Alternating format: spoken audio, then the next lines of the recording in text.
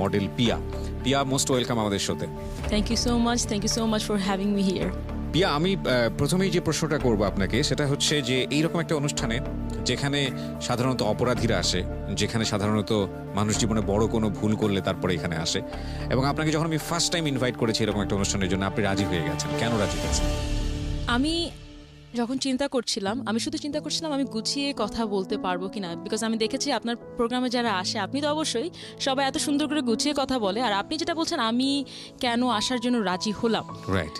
আমার মনে হয় না আমি যেই কাজগুলো করেছি ভুল কিছু করেছি আমি বলবো না, আমার মনে হয় কি হ্যাঁ কিছু প্রত্যেকটা স্টেপে যে কাজগুলো করেছি ওটা না করলে আমি পরের স্টেপে যেতে পারতাম না। সো অপরাধ করেছি আমি এরকম কিছু আমি মনে করি না। রাইট। আপনার জায়গা থেকে সেটা মনে হচ্ছে, but you have some secrets of course. না, অফ কোর্স সিক্রেটস তো কিছু আছে, প্রত্যেকের লাইফেই আছে, যেটা হয়তোবা কেউ জানে না। কিছুটা হয়তোবা আমি নিজেও উপলব্ধি করতে পারবো না, হয়তো আজকে কথা বলতে গেলে হয়তো বা আনকনসিয়াসলি বেরিয়ে যাবে অনেক কিছু।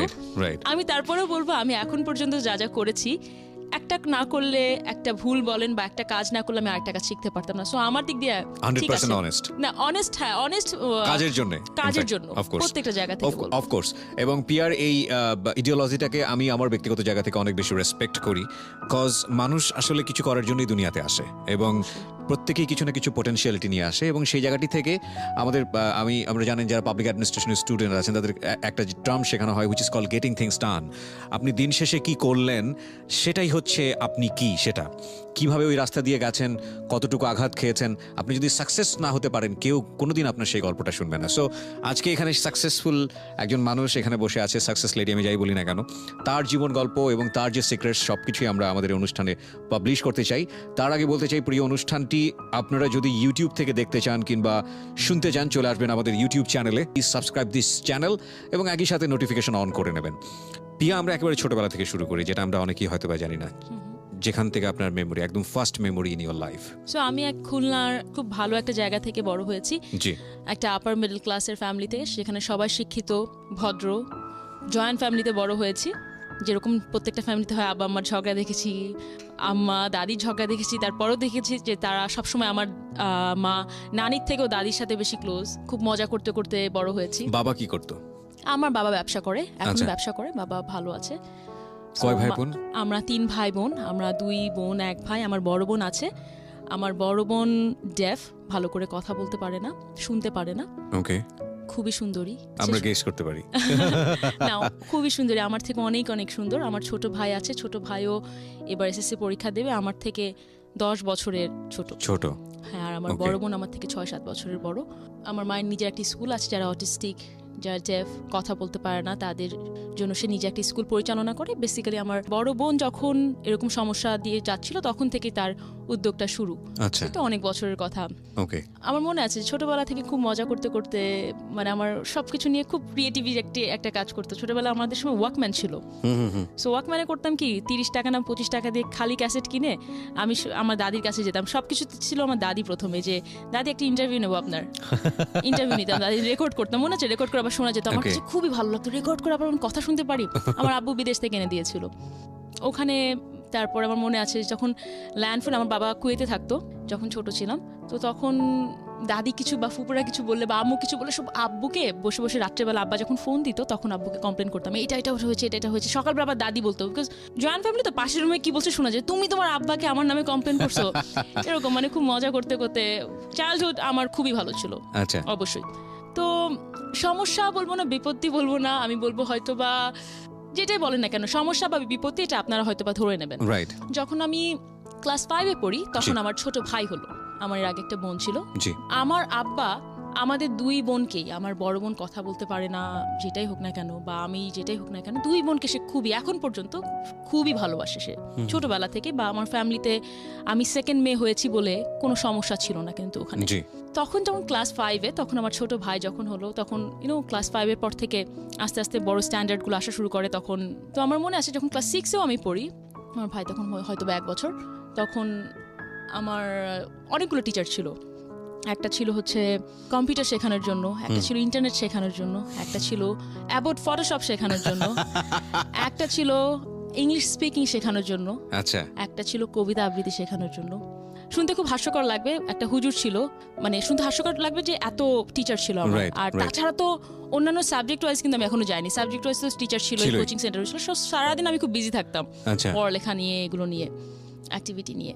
তো যখন ক্লাস 8-এ আমি উঠি তখনও বুঝতে পারি যে কিছু সমস্যা, না আমি বলবো কি 8 থেকেও ঠিক আছে, বিকজ 8 পর্যন্ত আমি হয়তো বা বুঝতামও না যে আমাকে নেগলেক্ট করা হচ্ছে বা ইগনোর করা হচ্ছে, এই ব্যাপারটাও আমি তখন থেকে বুঝতাম না। তো আমি যখন ক্লাস 9-এ পড়ি, আমার মনে হয় তখন থেকে ইয়েস, আমার আব্বুর একটা ইয়ে হচ্ছে কি, আচ্ছা আমি প্রথমে বলে নিচ্ছি 2 ঘন্টার জন্য আমি ভুলে যেতে চাই আমি কি নিয়ে কথা বলছি। হ্যাঁ, তো Exactly, আমি আমার exactly. আশেপাশে সেটাও কে চাই। আছে। তো আমার আব্বুর একটা ব্যাপার হচ্ছে কি, সে খুব গালিগালাজ করে, মনে করেন কিছু হলেই গালি দেবে, সবাইকে গালি দেবে। Okay. মনে করেন এটা আমাদের ফ্যামিলির একটা ট্র্যাডিশন, আদর করেও একটা গালি দিয়ে কথা বলবে। আচ্ছা আচ্ছা ওকে এরকম একটা কথা যে আদর করে সে গালি ছাড়া কথা বলতে পারে না। আমার চাচারাও আছে এরকম কিছু কিছু, সবাই না, বাট কিছু কিছু আদর করে হলেও গালি দিয়ে কথা বলবে। আমি হয়েছিলাম আমার মায়ের মতো একটু, যে না খুব সেলফ রেসপেক্টটা খুব বেশি, যে না তুমি আদর করে হলো ভালো করে হলো তুমি কেন গালি দিয়ে কথা বলবে আমার আচ্ছা সাথে, ওকে এরকম ছিলাম আমি। তো যখন ক্লাস 9-এ উঠি, যখন দেখছি যে আবু গালি দিয়ে কথা বলছে, এটা বলছে, আমার না আস্তে আস্তে খুব আমার খুব লাগছে না, আমাকে কেন এই গালিটা দিল, আমাকে কেন একটা গালি দিয়ে কথা বলবে। আমি নিতে পারতাম না আস্তে আস্তে, কিন্তু আব্বুর উপর কথাও বলতে পারবো না এরকম। আমি বলবো না আমি যে খুবই ভদ্র বা খুবই ভয় পাই এরকম একটা বাচ্চা ছিলাম, একেবারেই না। আমার কিছু হলেই আমি যখনই কোনো কিছু পছন্দ করতাম না, সেটা আমার দাদা, চাচি, ফুপু, চাচা যেই হোক না কেন, আমি সরাসরি মুখের উপর বলতাম যে না আমি আই ডোন্ট লাইক ইট। আমি এরকমই ছিলাম। ক্লাস 9-এ যখন পড়ি, একটা সময় আমি কোচিংয়ে যাওয়া শুরু করলাম, একটা ছেলেকে খুব ভালো লাগতো তখন। ওকে কোচিংয়ে আমার বাসার নিচেরটাতে কোচিং সেন্টার ছিল। তো 9-এ উঠে দেখলাম কি একবার প্রেম কাহিনী দিয়ে শুরু করলাম। আমি একটা রিক্সা নিয়ে যাচ্ছি, আমার পাশে আমার 2টা ফ্রেন্ড বসা। যেতে যেতে দেখলাম কি একটা সুন্দর একটা ছেলে, খুবই ফর্সা, একটু সুন্দর টাইপের একটা জন আব্রাহাম টাইপের একটা হেয়ার কাট নিয়ে সে যাচ্ছে, সেও একটা রিক্সায় যাচ্ছে। তো আমি একটু হয় না, ফ্রেন্ডরা ছোটবেলা থেকে অনেক কিছু নিয়ে গল্প করে, আমি অত কিছু নিয়ে গল্প করতে পারতাম না, আমার একটু সায় লাগতো। তো আমার ফ্রেন্ডরা বললো কি যে ওই ছেলেটা পিছ রিক্সা নিয়ে চলেন। আমি বললাম কি একটা ছেলেকে আমরা ফলো করবো, এটা কিরকম লাগে না দেখতে? বলে কি না কিছু হবে না। তো ছেলেটা দেখছে যে ছেলেটাকে ফলো করছে, ছেলেরা করলো কি একটা কাগজ ছুঁড়ে মারলো। আমার ফ্রেন্ডরা ওই কাগজটা উঠাবে, না একটা ছেলে একটা রিক্সা দিয়ে যাচ্ছে, চলন্ত রিক্সা থেকে একটা কাগজ ছুঁড়ে মারছে, আমরা একটা মেয়ে হয়ে উঠাতে যাবো, মেয়ে হয়ে না মানে একটা কেন আমি একটা কাগজ উঠাতে যাবো, একটা ছেলে, ভদ্রতারও তো একটা ব্যাপার আছে, সে দিতে পারতো। তো না, ওরা যে উঠালো, দেখলাম ছেলেটার ফোন নাম্বার দিয়েছে। তো আমার 2টা ফ্রেন্ডই তাকে যে কল দিল, তখনও আমার হাতে মোবাইল ফোন আসেনি, আমার মোবাইল ফোন এসেছিল তার কিছুদিন পরে, ক্লাস 9-এ। জি আমার ফ্রেন্ডগুলো বাইরে থেকে তাকে তখন কিন্তু অনেক ল্যান্ডলাইনে ফোন দেওয়া যেত বাইরে থেকে, বা ফোন থেকে ফোন দেওয়া যেত। ফোন দিল ছেলেটাকে, তো ছেলেটা বললো ঘুরায় ফিরায় আমার কথায় আসতেছে, তো তোমাদের লম্বা মেয়েটা ছিল, ওকে দাও, ওকে ফোনটা দাও। ওকে এখন আমি তো কথা বলতে পারবো না, কথা বলতে ভয় লাগে, একটা ছেলের সাথে কথা বলবো কেমন লাগবে শুনতে। তো ছেলেটা একটা সময় আমি যে ফোন 3 বা 4 দিনের দিন আমি ফোনে কথা বললাম, হ্যালো শুনে আমার মনে হলো কি আমার দাদার মতো ভয়েস, ভয়ে আমি ফোনটা রেখে দিয়েছি। তো আমার ফ্রেন্ডরা বলে কি যে তুমি এত বোকা কেন, তো ভীতু কেন? আমি বললাম কি না, পরে এরকম করতে করতে আমি বললাম কি যে আপনার সাথে আমি ফোনে কথা বলতে পারবো না, ওকে বলো আমি ফোনে কথা বলতে পারবো না, আপনি করে বলতে, আমার থেকে 1 বছর বড় ছিল। আমি বললাম কি যে ওনাকে আমার ইমেল অ্যাড্রেসটা দাও, ইমেলে কথা বলবো। তখন থেকে আমরা ইমেল অ্যাড্রেসে কথা বলা স্টার্ট করলাম, 2-3 মাস ইমেলে কথা বললাম। কথা বলার পরে মডার্ন প্রেম যেটাকে বলা চলে, একবারে স্টার্টই হয়েছে ইমেইল দিয়ে। আমরা শুনি যেটা চিঠি দিয়ে হয়, ফোনে হয়, but they started by email. Okay হ্যাঁ, আর 2005-06 দিকে কিন্তু ইমেল বা কম্পিউটার এত পপুলার ছিল না খুলনার মতো জায়গায়। তো আচ্ছা, এখানে আমি বলে রাখি একটু যে তখন কিন্তু আমার বাসায় পার্সোনাল কম্পিউটার ছিল, তখন কিন্তু আমার বাসায় ইমেল ছিল, তখন ব্রডব্যান্ড লাইনের সাথে কিন্তু কানেক্টেড ছিল। তো আমার আব্বা আমাকে সব কিছু দিয়েছিল, আমি যা যা চেতাম বা বলার আগেই সে, তখন হয়তো ইমেল বুঝতামও না, আমার আব্বা বলছি না তুমি এটা নিয়ে নাও, এটা মডার্ন ফ্যাসিলিটি, তুমি শেখো, ফ্যাক্সও নাও, ফ্যাক্স মেশিনও নাও। ফ্যাক্স মেশিন দিয়ে আমি কি করবো? তো সে যে তো যা যা ভালো জিনিস আছে সব আমার মেয়ে শিখবে। আচ্ছা, এরকম। নাহলে আমি আপনাকে যেটা বললাম যে অ্যাবাউট ফটোশপের জন্য সে আমার একটা টিচার রেখে দিয়েছিল আমাকে শেখানোর জন্য। যাই হোক, ছেলেটার সাথে কথা বললাম ইমেলে, কথা বলতে বলতে মাঝে মাঝে হয় না প্রেম, নতুন নতুন প্রেম করলে তোমার সাথে একটু ফোনে কথা বলবো, মানে দেখা করো তো দূরে থাকবো, সাহসটাই ছিল না, ফোনে কথা বলবো, ফোনে তো ল্যান্ডলাইন। তো ফোন দিত, বাই সামহাউ কিছুদিন পরে তারা ধরলো যে পিয়া একটা ছেলের সাথে ফোনে কথা বলে। ওকে আমি তো খুবই ভয় পেতাম যে না আমি ফোনে কথা বলছি না, কেউ না। এবং আমার বাসায় অনেক অনেক উল্টাপাল্টা ফোনও আসতো, যেটা হয় একটা মফস্বলের একটা মোটামুটি সুন্দর মেয়ে থাকলে অনেকে ফোনে ফোন দিত, এরকম একটা ব্যাপার ছিল। তো আমি ওই ছেলেটার সাথে কথা বলতাম, আর কারোর সাথে কিন্তু কথা বলতাম না, কিন্তু বাসায় অনেক ফোন আসতো। একটা সময় যখন এটা নিয়ে এত মাত্রায় বেড়ে গেল, আমি কিন্তু তখন পর্যন্ত শুধু ফোনে কথা বলতাম, যে আমার পুরো ফ্যামিলির মধ্যে ছড়াই গেল যে পিয়া ছেলেদের সাথে ফোনে কথা বলে, এরকম এরকম। আমার আব্বা আম্মার কানে দিতে লাগলো সবাই কথা। যেহেতু জয়েন্ট ফ্যামিলিতে ছোট একটা তিলকে তাল বানানো খুবই কমন ইস্যু ছিল তখন। রাইট, মজাও পায় অনেকে, মজা পাই, আসলে মজাই পাই এটা, যে হয় না আরেকটা ফ্যামিলিকে একটু ডাউন করে দেখানো, এরকম পচানো বা যেটাই বলি না কেন আমরা। আব্বাকে এসে বলা স্টার্ট করলো, আব্বু তো খেপে যাচ্ছে। এখন আব্বুর সাথে আমার খুবই ভালোবাসার সম্পর্ক ছিল, যেখানে অত ওপেন আমি বলবো না, যেখানে মনে করেন সবকিছু শেয়ার করা যায়, একেবারে ছিল না। এটা আমার মার সাথে করতে পারতাম। একটা সময় যে আমি আমার মাকে বললাম আম্মু আমি একটা ছেলেকে পছন্দ করি, বিকজ আমার আম্মার সাথে আমি সবকিছু শেয়ার করতাম, এখন পর্যন্ত করি সবকিছু মানে সবকিছু। আমি যখন বললাম, আমার আম্মু আমার পুরো কথাটা শুনে আমাকে বললো কি যে দেখো তুমি এখন অনেক ছোট। সবাইকে বোঝানোর চেষ্টা করলো যেভাবে নর্মালি বাবা মারা বোঝায়, যে এটা এখন না, আমরা পরে দেখবো, তুমি ভালো করে এখন পড়াশোনায় মনোযোগ দাও। আমি বললাম আচ্ছা ঠিক আছে, কিন্তু সবাই যে আমার সাথে এরকম করছে, আমার চাচা ফুপুরা আব্বুরা, আমি কিন্তু এটা নিতে পারতেছি না। রাইট, বিকজ আমার তখন পড়ার অনেক টেনশনও থাকছিল, প্রি টেস্ট, আমি সায়েন্স থেকে পড়তাম, সবচেয়ে ভালো স্কুলে পড়তাম। তো এই ব্যাপারগুলো নিতে পারতাম না। আম্মু বলে কি তুমি কান দিও না, তুমি পড়ো শুধু। আমি চুপ করে থাকলাম, আচ্ছা ঠিক আছে। পরে দেখলাম কি এই ব্যাপারটা না বেড়ে যায়। আমি কিন্তু কথা থামাইনি, জাস্ট বিকজ আমার চাচা ফুপুরা বলেছে তুমি একটা ছেলের সাথে কথা বলতে পারবা না, তাই বলে আমি কথা থামাই দেবো? হতেই পারে না, হতেই পারে না। এটা আমি কেন বলছি, মানে আমি বলছি কি যে আমি একটা জিনিস যতক্ষণ না পর্যন্ত আমি নিজে চিন্তা করবো জিনিসটা রং, রাইট, আমি ততক্ষণ না পর্যন্ত এটা ছাড়ি না। By natural you are like that? By natural I am like this. আমি আমার কথা যারা শুনছেন তারা শুনতে শুনতে বুঝতে পারবেন যে আমি এরকমই। আমি কিছুটা গেস করেছিলাম, মানে আই গেস, মানে হয় না ফেস দেখে। আমি এত লাইফের স্টোরি শুনেছি মানুষের জীবনে, মানে 400-500 তো অনের হয়েছে, 4-5 হাজার শুনেছি। তো এখন এরকম হয় যে একটা মানুষের ফেস দেখলে বুঝতে পারি তার লাইফের স্টোরি কি হতে পারে। তো somehow I guess about you যে ওকে উনি একটু হলেও স্বাধীন চেতা মানুষ, হ্যাঁ। এবং অফকোর্স যেই প্রফেশনে উনি আছেন বাংলাদেশের সামাজিক প্রেক্ষাপটে বা যাই বলি না কেন, এরকম স্বাধীন চেতা না হলে এই জায়গাটায় সাকসেস করাটা খুব ডিফিকাল্ট।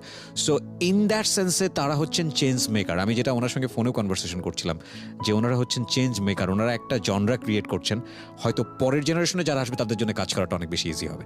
সে আপনি যে প্রসঙ্গে ছিলেন যে আপনি কথা বলা থামাননি। হ্যাঁ, কথা বলা আমি থামাইনি। তো একটা সময়, আচ্ছা ছেলেটার কথা কিন্তু আমি আগেও বলেছি, বিকজ ছেলেটার নাম ছিল মিমো। ওকে।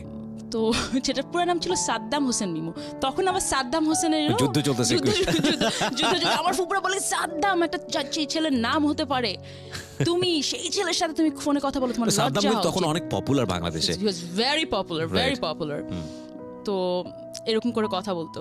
তো আমি বলতাম কি যে আমি চুপ করে থাকতাম, কথা বলতে পারতাম। তো আমি মানে আমার খুব বেশি রেগে গেলে আমি খুব টস করে চোখ থেকে আমার পানি পড়তো, বাট আমি বেশি রেগে গেলে কথা বলতে। আমার গেস্ট হচ্ছে she is super popular model, শুধুমাত্র বাংলাদেশে নয় পুরো ইন্ডিয়ান সাবকন্টিনেন্টে সে অনেক বড় একটা রোল প্লে করার চেষ্টা করছে, এবং বাংলাদেশে যেসব মডেল ইন্টারন্যাশনালি অনেক বেশি নাম করেছে তাদের মধ্যে অন্যতম। এবং she is super popular right now. Model Pia অনেককেই চিনবেন, রিসেন্টলি বিপিএল করে সাধারণ মানুষের অনেক বেশি দৃষ্টিগোচর হয়েছে। সো মডেল পিয়া রয়েছেন আজকে তার সিক্রেটস নিয়ে, আমরা কথা না বাড়িয়ে তার কাছে আবারও যাচ্ছি। তো একটা সময় যখন আমি দেখলাম যে তারপরেও আমি কথা একটু কমিয়ে দিয়েছিলাম বলতে কি, দিনে যদি আমি 2-3 বার ফোনে কথা বলতাম বা 2 বার কথা বলতাম, হয়তো বা তখন 2 দিনে 1 বার কথা বলতাম।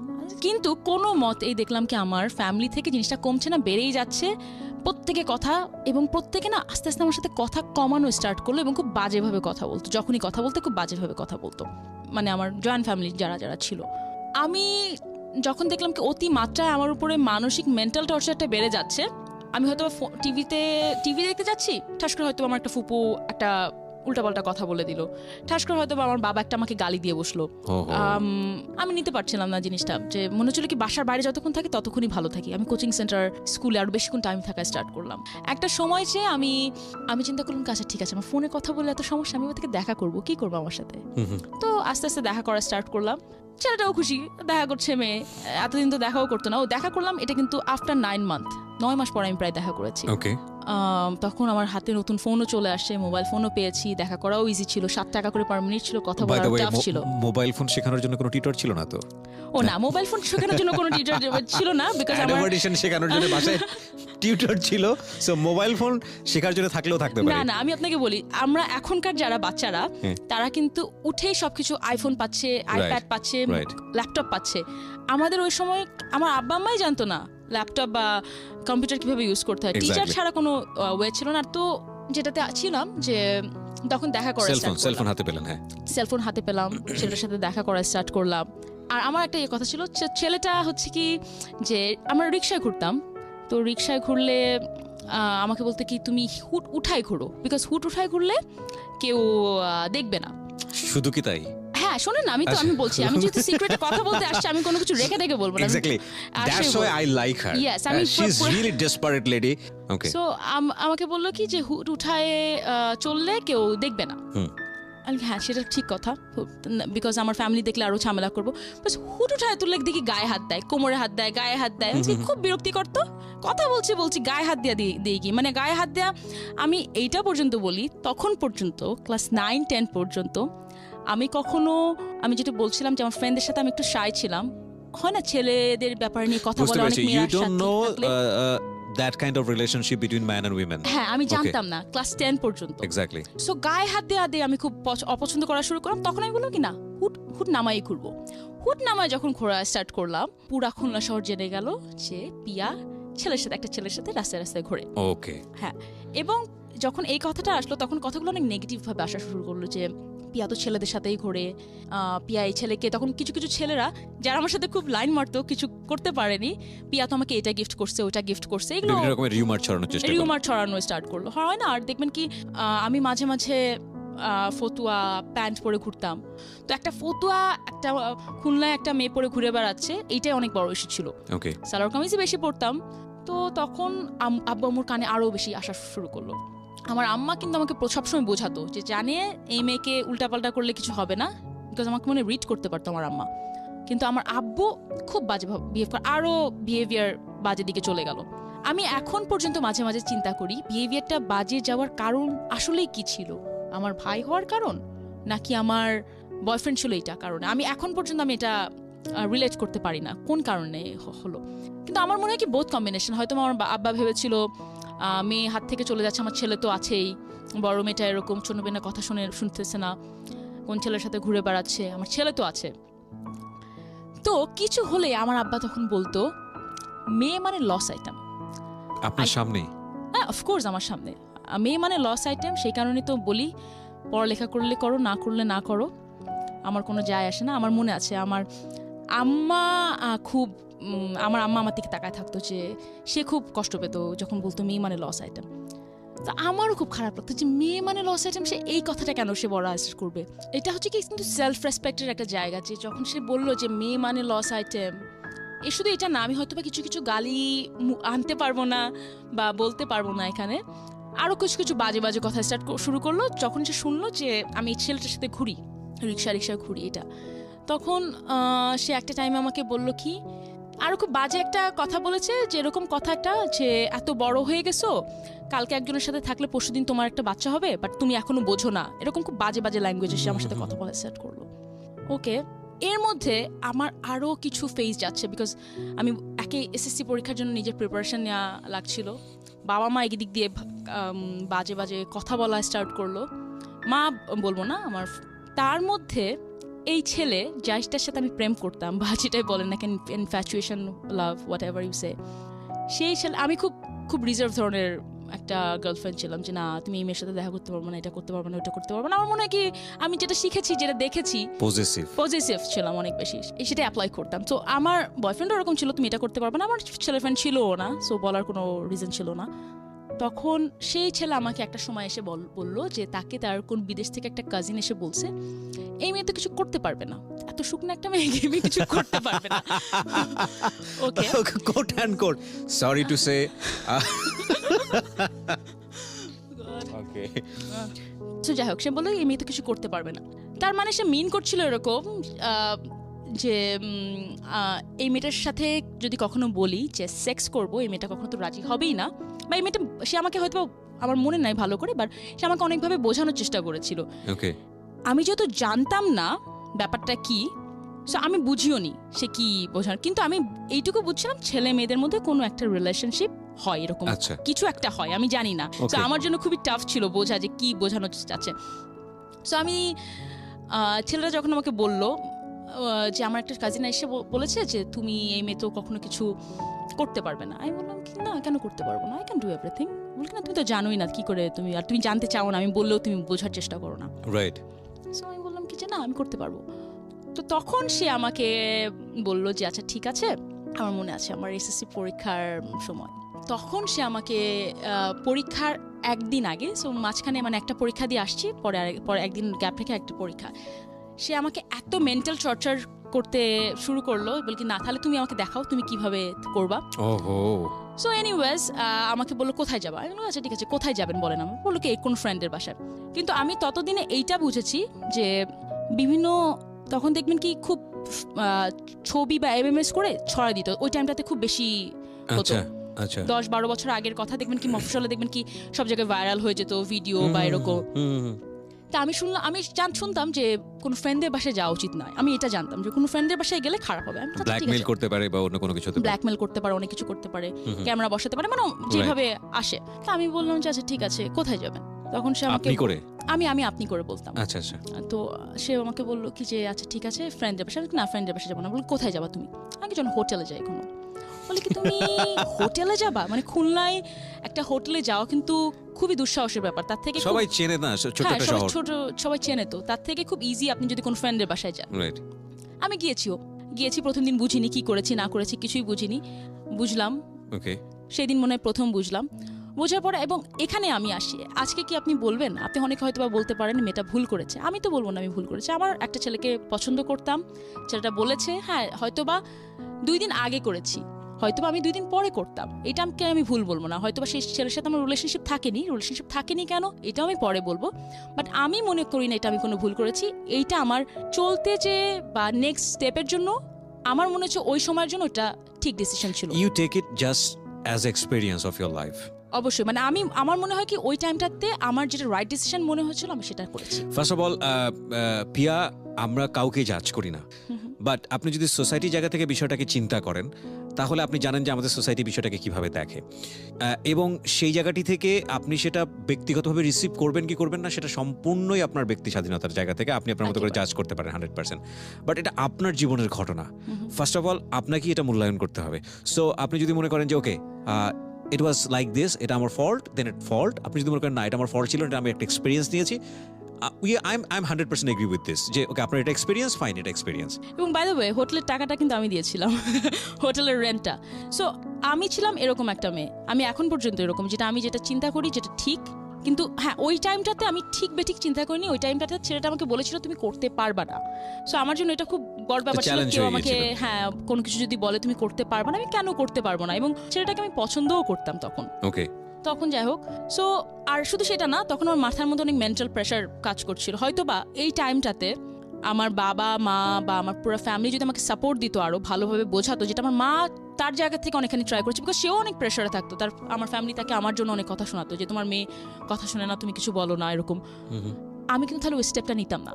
কেন আমি বলি, কারণ আমাকে যখন আমার বাবা মা ফ্যামিলি, জয়েন্ট ফ্যামিলি, আমার পড়ালেখা, ছেলেটা মেন্টাল প্রেশার সবকিছু একদিক দিয়ে ইয়ে করছে, কভার আপ করে রাখছে, সেই টাইমটাতে যাদের সাথে আমি সবচেয়ে বেশি টাইম কাটাই, আমার ফ্যামিলি, তারা যদি আমাকে সাপোর্ট দিত, আমি কিন্তু কোনো খারাপ কাজ করতে পারতাম না। True, I agree. আমি খারাপ কাজ এই সেন্সে বলছি, জিনিসটা আরো খারাপ দিকে যেতে পারতো, আমি প্রেগনেন্ট হয়ে যেতে পারতাম, আমার একটা এমএমএস বেরোতে পারতো, একটা ভিডিও বেরোতে পারতো, অনেক কিছু বেরোতে পারতো। আর আমি যদি আজকে এই সময় এখানে এসে না বসতাম, আজকে পিয়া হিসাবে কথাটা বলতে পারতাম না। এবং আমি আপনাদের যারা শুনছেন আমি তাদেরকে বলি, আমি ম্যারিড, আমার জামাই কিন্তু জানে আমার বয়ফ্রেন্ডের কথা, এবং সে সবকিছুই জানে, বিকজ আমি বিয়ের আগে কিন্তু সবকিছু তাকে বলেছি যে এটা এটা এটা আমি লাইফে আমি করেছি, whether you accept it or not, আমি করেছি, এখন কিছু করার তো আমার নাই, তো ও বুঝেছে। তো যাই হোক, আমি তখন আমার এসএসসি পরীক্ষা চলছে, এরকম একটা সময় ছেলেটাকে বলেছিলাম যে আপনি এটা করতে পারবেন, বাট আপনি এই একটা মেয়ের সাথে দেখা করবেন। একটা মেয়ে ছিল ওখানে, সুন্দর একটা মেয়ে ছিল, মেয়েটা সবার সাথে টাঙ্কি টাঙ্কি মারতো, আমি বলি, আপনি এই মেয়েটার সাথে কিন্তু দেখা করতে পারবেন না। সুন্দর মেয়ে ছিল বলে কি আপনি ভীত ছিলেন? একটু তো ছিলাম অবশ্যই, আমি আমার জামাইকে নিয়েও এখনো খুব positive, I am a very positive girl, কিন্তু না এখন আগের থেকে অনেক অনেক বুঝি। তো কত বছর হলো বিয়ের? কত বছর? বিয়ে 3.5 বছর। ওকে, আমি গ্র্যাজুয়ালি যাবো ওই জায়গাটিতে, হ্যাঁ যেখানে আছি, এসএসসি। হ্যাঁ, সো এসএসসি পরীক্ষা, তখন ছেলেটাকে একদিন দেখলাম ওই মেয়েটার সাথে ওহো, কোচিং সেন্টার, আর একটা কোচিং, যে কোচিং সেন্টারের সাথে পড়ে না, সেই কোচিং সেন্টার জাস্ট মেয়ের সাথে দেখা করার জন্য সে গিয়েছে। আচ্ছা, দেখলাম।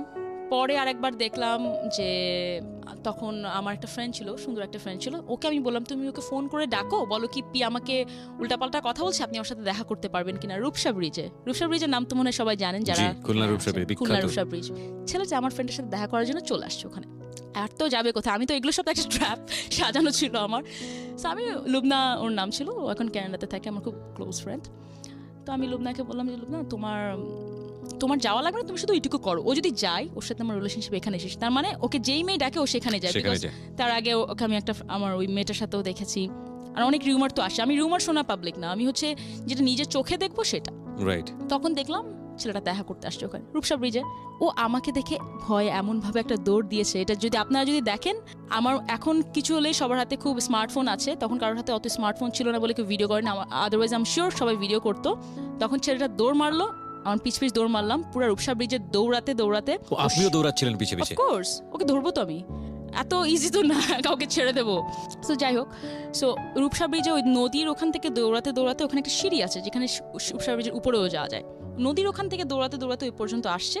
পরে দেখছে কি ও ছেলেটা বুঝতে পারছে যেখানে তো সবাই, বিকজ রূপসা ব্রিজে তখন হাজার হাজার মানুষ বসে থাকতো ব্রিজ দেখার জন্য, খুলনার মানুষের তখন খুলনা এন্টারটেইনমেন্টের তো কিছু নাই, না খুলনা না, এটা পুরো বাংলাদেশের অবস্থা, এখন মাটি খুললে লোকজন দাঁড়ায় থাকে ওখানে দেখার জন্য। আর তখন তো মনে করেন 10-12 বছর আগের কথা, 12 বছর আগের কথা, তখন তো ওখানে সবাই খুব, কেন ইমাজিন পিয়াকে যারা দেখেছেন, এত সুন্দর একটা মেয়ে পুরা ব্রিজের কাছাকাছি এবং যেখানে লোকারণ্য, সেখানে দৌড়াচ্ছে একটা ছেলের পেছনে, এবং ছেলেটা বাঁচার জন্য রুদ্ধশ্বাসে মেয়েটার হাত থেকে বাঁচান, এগুলো ইমাজিন করেন তাহলে বুঝবেন মজাটা কি আসলে। হ্যাঁ, ছেলেটা যেটা বললাম সুন্দর দেখতে ছিল, জন অ্যাব্রাহামের মতো হেয়ার কাট, ফর্সা, একটা চশমা পরতো। তো দৌড়াতে দৌড়াতে ও যখন দেখলো সব মানুষের হাতে তালি দিচ্ছে, আরও মানুষ ভিড় হয়ে গেল, ও তখন ওখানে থামলো। আমার মাথায় তখন কোনো সেন্স নাই কোন মানুষ তালি দিচ্ছে, কোন মানুষ কি দেখছে। ও যখন থামছে তখন আমি জাস্ট ওর চশমাটা নিয়ে ভাঙলাম, এক হাত দিয়ে চুল ধরছি, আর এক হাত দিয়ে মার দেওয়া স্টার্ট করলাম। কি যে মারটা দিয়েছি কি ভাই, পরেও আমি অনেক ছেলেকে মারছি অন্যান্য কারণে, বাট এমন মায়ের ওকে আমি দিয়েছি। এবং আমি বলি, আমি এক হাত দিয়ে চুল ধরছি, পুরো হাত মুঠ ভর্তি আমার চুল ছিল, এবং ওই চুল আমি 1 বছর রেখে দিয়েছিলাম আমার কাছে। সো আমি যার জন্য করি, অনেক করতে পারি। আমি যদি কাউকে লাভ করি, আমি হোটেল যাওয়া পর্যন্ত আমি গিয়েছি, পয়সাও দিয়েছি নিজের পকেট থেকে পয়সাও দিয়েছি, আবার তাকে মারতে যখন উল্টাপাল্টা দেখছি তখন দ্যাটস ওয়াই আমার জায়গা থেকে আমার পার্সোনাল ওপিনিয়ন হচ্ছে she is very honest girl, মানে এটা খুব অল্প সময় ধরে তাকে চিনি, সেই জায়গা থেকে আমার কাছে মনে হচ্ছে she is really really honest hearted. Okay, so আপনি তাকে মারলেন, হ্যাঁ আমরা চাই আপনি আরো কিছুক্ষণ মানে আরো কিছুক্ষণ এই গল্পটা কন্টিনিউ হোক, কি হলো অ্যাট লিস্ট আর কি। তো মারার পরে একটা সময় পুলিশ আসলো, আমার চাচা ওখানকার কমিশনার ছিল, পুলিশ চলে আসলো মারের ঠেলায়? হ্যাঁ, আর রূপসা ব্রিজে তো মনে করেন পুলিশ থাকবেই, খুবই স্বাভাবিক ব্যাপার। 2-3 জন পুলিশ আসলো, তো আমাকে দেখে চিনেছে, বিকজ আমার চাচা ওখানকার খুব খুব পপুলার ব্যক্তি ছিল, আর আমাদের বাসাও ওখানে ছিল, তো আমাদের কম বেশি চিনতো ওখানকার মানুষ। পুলিশ আসলো, পুলিশ আসার পর আমাকে বলল যে আপনি এখানে কি করছেন, আপনি বাসায় যান, বাসায় চলে যান। তো আমি ভদ্রভাবে আমি মাইটটা দিয়ে বাসায় চলে গিয়েছি, চুলগুলো সাথে করে নিয়ে, অফকোর্স। সো এইটাই ছিল ছেলেটার সাথে আমার লাস্ট দেখা। এরপরে আমার কয়েকবার রাস্তায় চোখাচোখি হয়েছে, কয়েকবার ফোনে, এগুলো আমি পরে আস্তে আস্তে কথা বলবো। জি, কিন্তু তার আগে একটু বলে নিই, আমি মেন্টালি তখন কতখানি প্রেশারে ছিলাম এটা বোঝানোর জন্য আর একটু বলি যে আমি যখন ক্লাস 9-এ পড়ি তখন থেকে তো অ্যাকচুয়ালি শুরু সব কিছুর। আমি যখন স্কুলে যেতাম, আমি যেটা বলেছিলাম যে আমি স্কুল কোচিং সেন্টারে বেশি টাইম থাকা শুরু করলাম, হয় না, এক্সট্রা ক্লাস বা বসে একটু আগে যাই। তখন আমি যখন 9-এ পড়তাম, 10-এর মেয়েরা আমাকে দেখলেই কথা বলতো, কি যেন বলতো, মনে করেন ইফটি সিং যেভাবে করে ওরকম ভাবে কথা বলতো, ওদের ক্লাসের সামনে থেকে আমার যাওয়া লাগতো। 10-এর মেয়েদের মধ্যে ওই মেয়েটাও পড়তো, যে এই মেয়েটাকে আমি বলেছিলাম কোচিং সেন্টারে যে আপনি এর সাথে দেখা করবেন না, এই মেয়েটাও পড়তো। তো ওর ফ্রেন্ডদেরকে দিয়ে, ও নিজে সবসময় কিছু বলতো না, চুপচাপ টাইপের ছিল, তো ওর ফ্রেন্ডদেরকে দিয়ে এইভাবে বলাতো। একদিন এত মেন্টাল প্রেশারে ছিলাম, একদিন দিলাম মায়ের মেয়েগুলোকে, 5-6টা মেয়েকে একসাথে দিলাম মার, ক্লাস 10-এর মেয়েদেরকে মারলাম। আমি একাই যা মারলাম 5-6টা মেয়েকে, আমিও মার খেলাম, আর আমি দিলাম মার 5-6 জনকে একটা মার দেওয়া তো 4টেখানি কথা না। মার দেওয়ার পরে আমার আম্মাকে ডাকলো স্কুলে, হেডমিস্ট্রেস ডাকলো, ফারহানা নাজ আমার মনে আছে। তো ফারহানা নাজ আমাকে বললো যে খুবই ভালো মহিলা, খুব রেসপেক্ট করতাম আমি, খুব ভয়ও পেতাম যেহেতু হেডমিস্ট্রেস, সম্মানও করতাম। বললো কি যে আমি ছেলেদের স্কুলে অনেকদিন প্রিন্সিপাল ছিলাম, ছেলেদের স্কুলে মারামারি হয় জানতাম, বাট মেয়েদের স্কুলে মারামারি হয় এটা আমি প্রথম দেখলাম, তাও এইভাবে মারামারি হয়। তো আমার মনে আছে আমাকে যখন কথা বলেছিল, হয়তো বা তারা শুধু দেখেছিল, ওরা বলেছে তুমি মার দিয়ে স্টার্ট করছো, কেন তুমি মার দিলা, এইটাই। বাট পিছনের নেপথ্যের কাহিনীটা মানে হয়তো বা আমাদের এক্স্যাক্টলি কেউ আনতে চায় না। এটাই হচ্ছে সিক্রেটস এর মূল জায়গাটা। আমরা কিন্তু সবসময়, আমি যদিও আপনাকে অ্যাকিউজ করছি না, তারপর আমাদের অনুষ্ঠানের প্যাটার্নের জন্য বলবো যে এখানে যারা অপরাধ করে এসে কনফেস করেন কিংবা যারা ভুল করে এসে কনফেস করেন, তাদের জায়গাটা হচ্ছে কেন আমি অপরাধী হয়েছি, কেন আমি ভুল করেছি। এবং এইটাকে আমরা এত বেশি এমফ্যাসিস দিতে চাই যে প্রত্যেকটি মানুষই সম্ভাবনাময়, প্রত্যেকটি মানুষের দ্বারাই ভালো কাজ সম্ভব।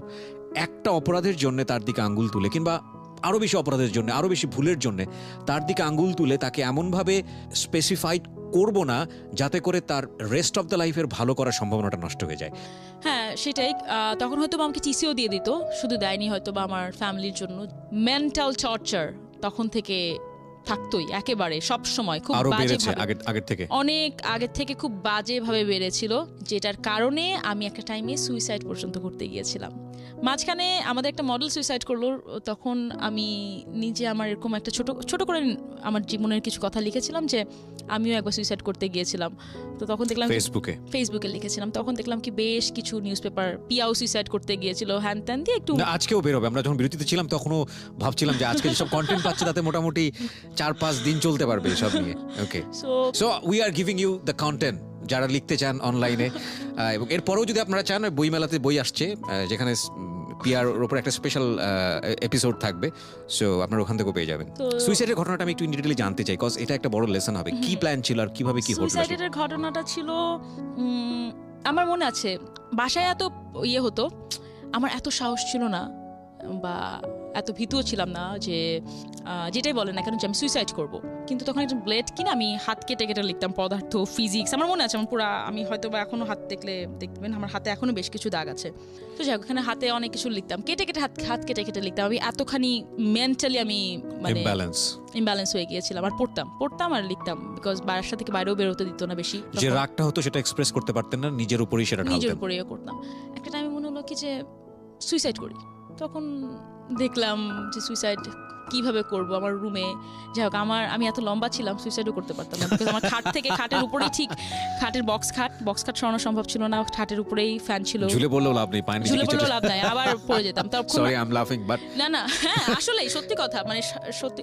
তো তখন আরো কিছু জিনিস জানতাম যে আম্মাকে আমি বলেছিলাম যে আম্মা আমার এরকম টেন্ডেন্সি হচ্ছে। আম্মা আমাকে বললো কি খবরদার তুমি এগুলো মাথায় আনবাই না, বিকজ প্রথমে তোমাকে বলে রাখি মরবা তো নাই, প্যারালাইজড হয়ে যাবা।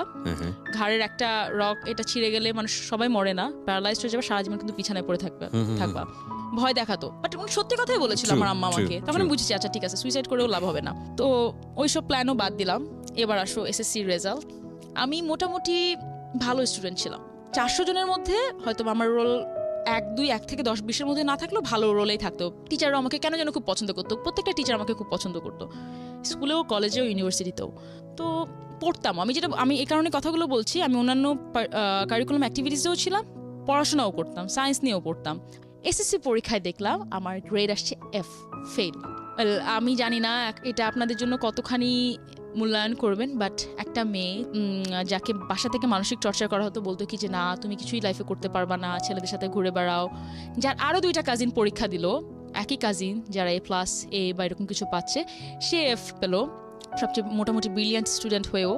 তখন ওই ফ্যামিলিতে কিরকম হয় একটা মফস্বলের, এবং রাইট নাও আমরা পার্সোনাল লাইফেও একটা বড় ধরনের ডিজাস্টার চলে গেছে। হ্যাঁ, পার্সোনাল লাইফেও খুব বড় একটা ডিজাস্টার চলছিল। আর এই কথাটাও বলি যে ক্লাস 10-এর একটা মেয়ে যখন ফার্স্ট লাইফে সেক্স করবে, সেটা কিন্তু তার কখনো প্লেজার হিসেবে আসবে না, সেটা কিন্তু তার জন্য একটা ডিজাস্টার হিসেবেই আসবে লাইফে। সেটা যেভাবে সম্মতিতে করা হলেও অনেক কিছু ডিজাস্টার, সবকিছু মিলে I was very nervous, scared and all. যখন F আসলো, সেদিন আমি আর একদিন ট্রাই করলাম সুইসাইড করার। তো করার পরে আমি কিছুক্ষণ দরজা আটকানোর পরে আমার আম্মা দরজা এত ধাক্কানো স্টার্ট করলো ভেঙে ফেলবে। আমার আবার সরে আসা লাগলো যে আম্মা বুঝতে পারছিল যে কিছু একটা করবো আমি। আম্মু আমাকে নিয়ে বসেছিল সারাক্ষণ।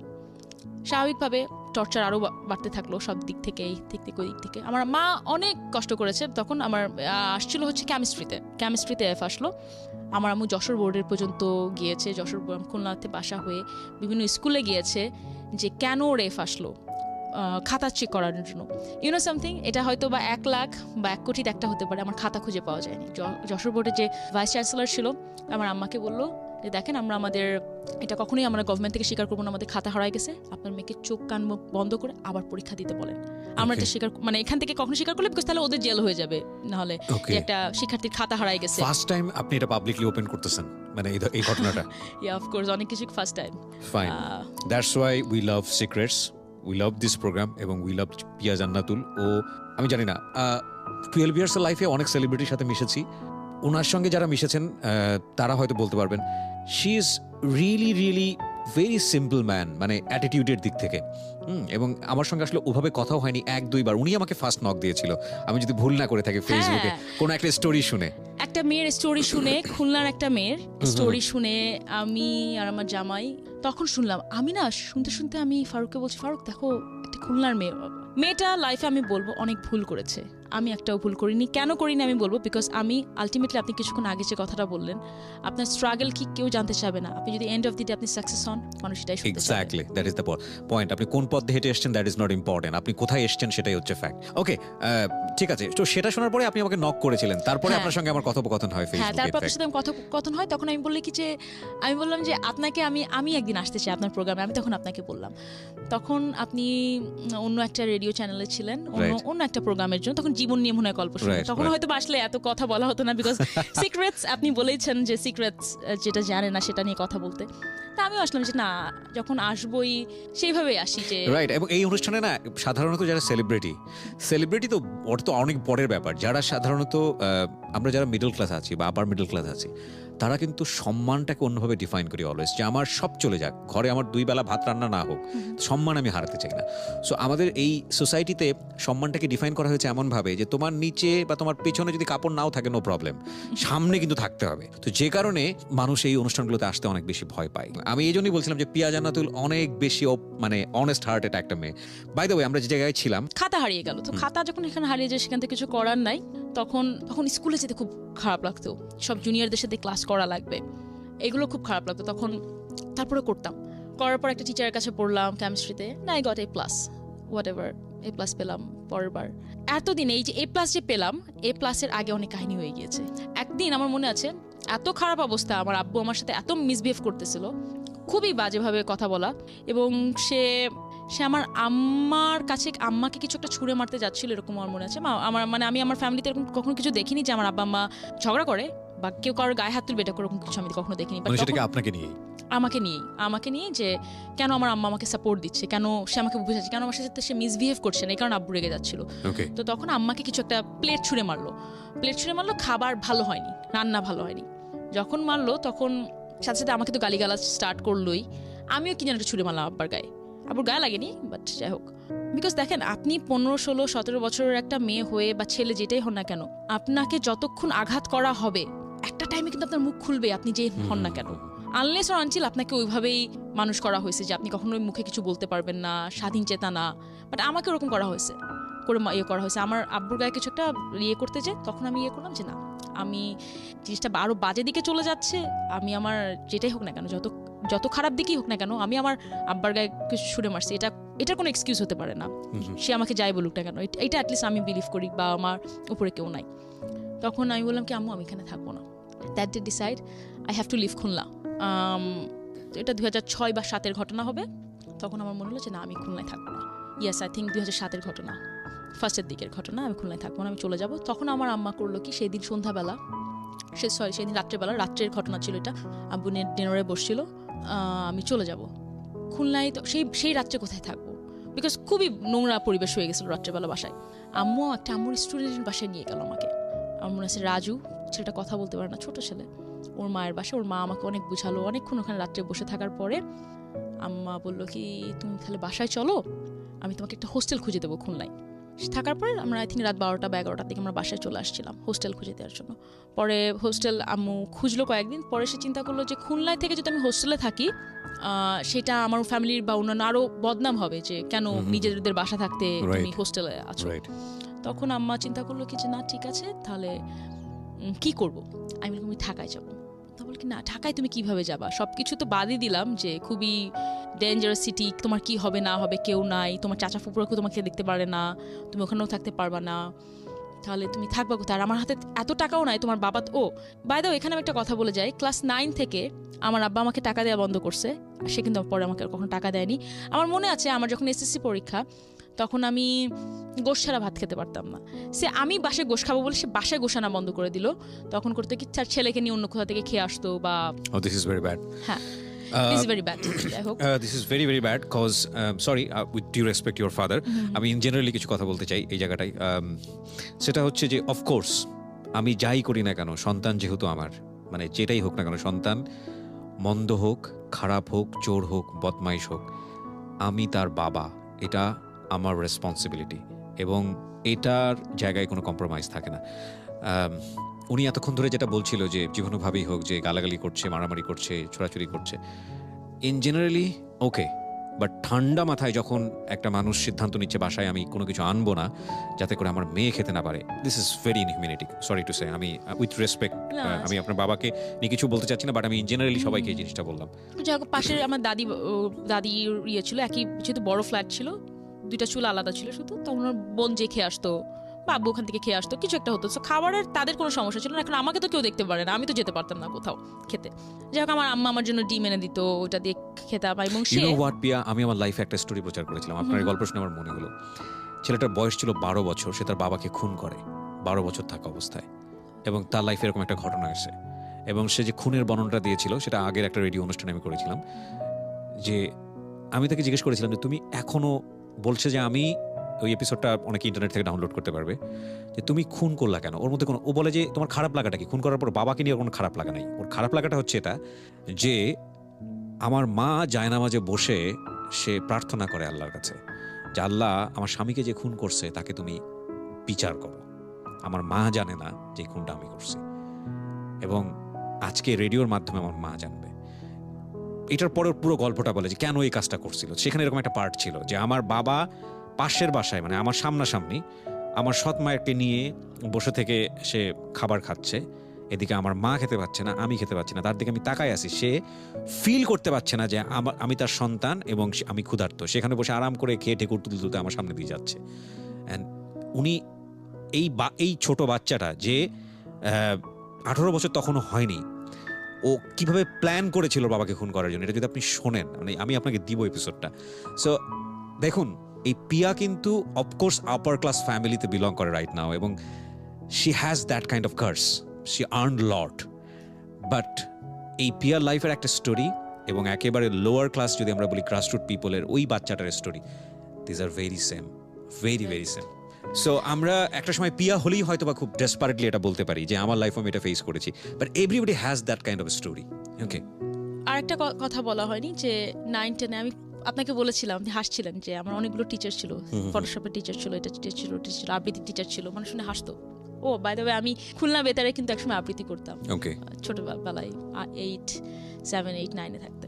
তো তখন আমার আব্বা করলো কি 9 থেকে সব টিচার অফ করে দিল, একটা টিচার সে আমাকে দিল না, কোনো টিচার থাকবে না, কিছু থাকবে না, তুমি আমার কথা না শোনো আমি তোমাকে কিছু প্রোভাইড করবো না, পড়াশোনার জন্য করবো না।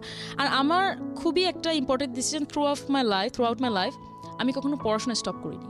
যত সমস্যা আসছে ফেল করছি, টাকা নাই, পড়তে পারছি না, কিছু করতে হতে পারছে না, বই কেনার টাকা নাই, বিকজ আমার আম্মা প্রথমে একটা স্কুলের সাথে জড়িত ছিল, পরে সে নিজের স্কুল দিয়েছে কয়েক বছর হলো, 10-12 বছর, মানে আমি যখন যে শুরু করি তখনই সে শুরু করলো। সো তারও তখন অত সে আর্ন করতো না যে আমাকে ওইভাবে টাকা দেবে। তখন আমার আম্মা করলো কি, যেটা বলছিলাম যে নিচে আমার কোচিং সেন্টার ছিল, লাকি স্যারও খুলনা বেতারের সাথে আছে, স্যার আমার কাছ থেকে কোনো টাকা নিত না তখন আম্মুর জন্য, বা যেহেতু আমাদের নিচে ভাড়া থাকতো বাসার নিচে, স্যার করতো কি তখন এমসিকিউ বা বই এগুলোর দাম অনেক বেশি ছিল, অনেক দামি ছিল, স্যার করতে কোচিং সেন্টার ফ্রি বই দিত না, ওগুলো আমাকে সব দিয়ে দিত, কিন্তু আমার আব্বা তো আমাকে টাকা দিত না। এইদিকে নিচের ইয়েতে আমার ফুপুর ছেলে থাকতো, ও আমার সাথে পড়তো, ওর জন্য ওই 4-5টা টিচার এক একজনকে 4,000-5,000 টাকা করে দিত। বাবা দিত না, আমার ফুপুই দিত। আচ্ছা, আমার একটা ফুপুর মেয়ে ছিল, ওর সাথে অত ক্লোজ ছিলাম না, বা যেটা আমার ইমিডিয়েট বড় ফুপুর ছেলে ওরা থাকতো, ওরাও পাশের বাসায় থাকতো, ওর জন্য ওরকম অ্যারেঞ্জমেন্ট ছিল, বাট আমার জন্য তখন দেখলো কি যে একটা টিচার লাগবে, যেহেতু আমার হায়ার ম্যাথ ছিল, হায়ার ম্যাথ শুধু কোচিং সেন্টারে যে সম্ভব না, হায়ার ম্যাথের জন্য একটা টিচার লাগবে। সঞ্জয় স্যার, আমি মানুষের নাম মনে রাখতে পারি না, বাট কিছু কিছু মানুষের নাম কখনো ভোলা যাবে না, সো কিছু কিছু মানুষের নাম সবসময় মনে থাকবে। সো সঞ্জয় স্যার তখন খুলনা ইউনিভার্সিটিতে পড়তো, এখন অনেক খুঁজছি উনাকে পাই না আমি। আম্মা উনাকে ঠিক করলো, উনি 1,000 টাকা নিত আমার আম্মার কাছ থেকে, সবগুলো সাবজেক্টই পড়াতো, শুধু অঙ্কের জন্য রাখা হলেও সবগুলো সাবজেক্ট পড়াতো। আর মনে আছে স্যারের কাছে যখন পড়তাম প্রতিদিন সন্ধ্যাবেলা, আব্বু সন্ধ্যাবেলা বাসায় আসতো, সন্ধ্যাবেলা বাসায় ঢুকে আমাকে গালিগালাজ স্টার্ট করতো। স্যার কিছু হলে আমাকে বলতো কি,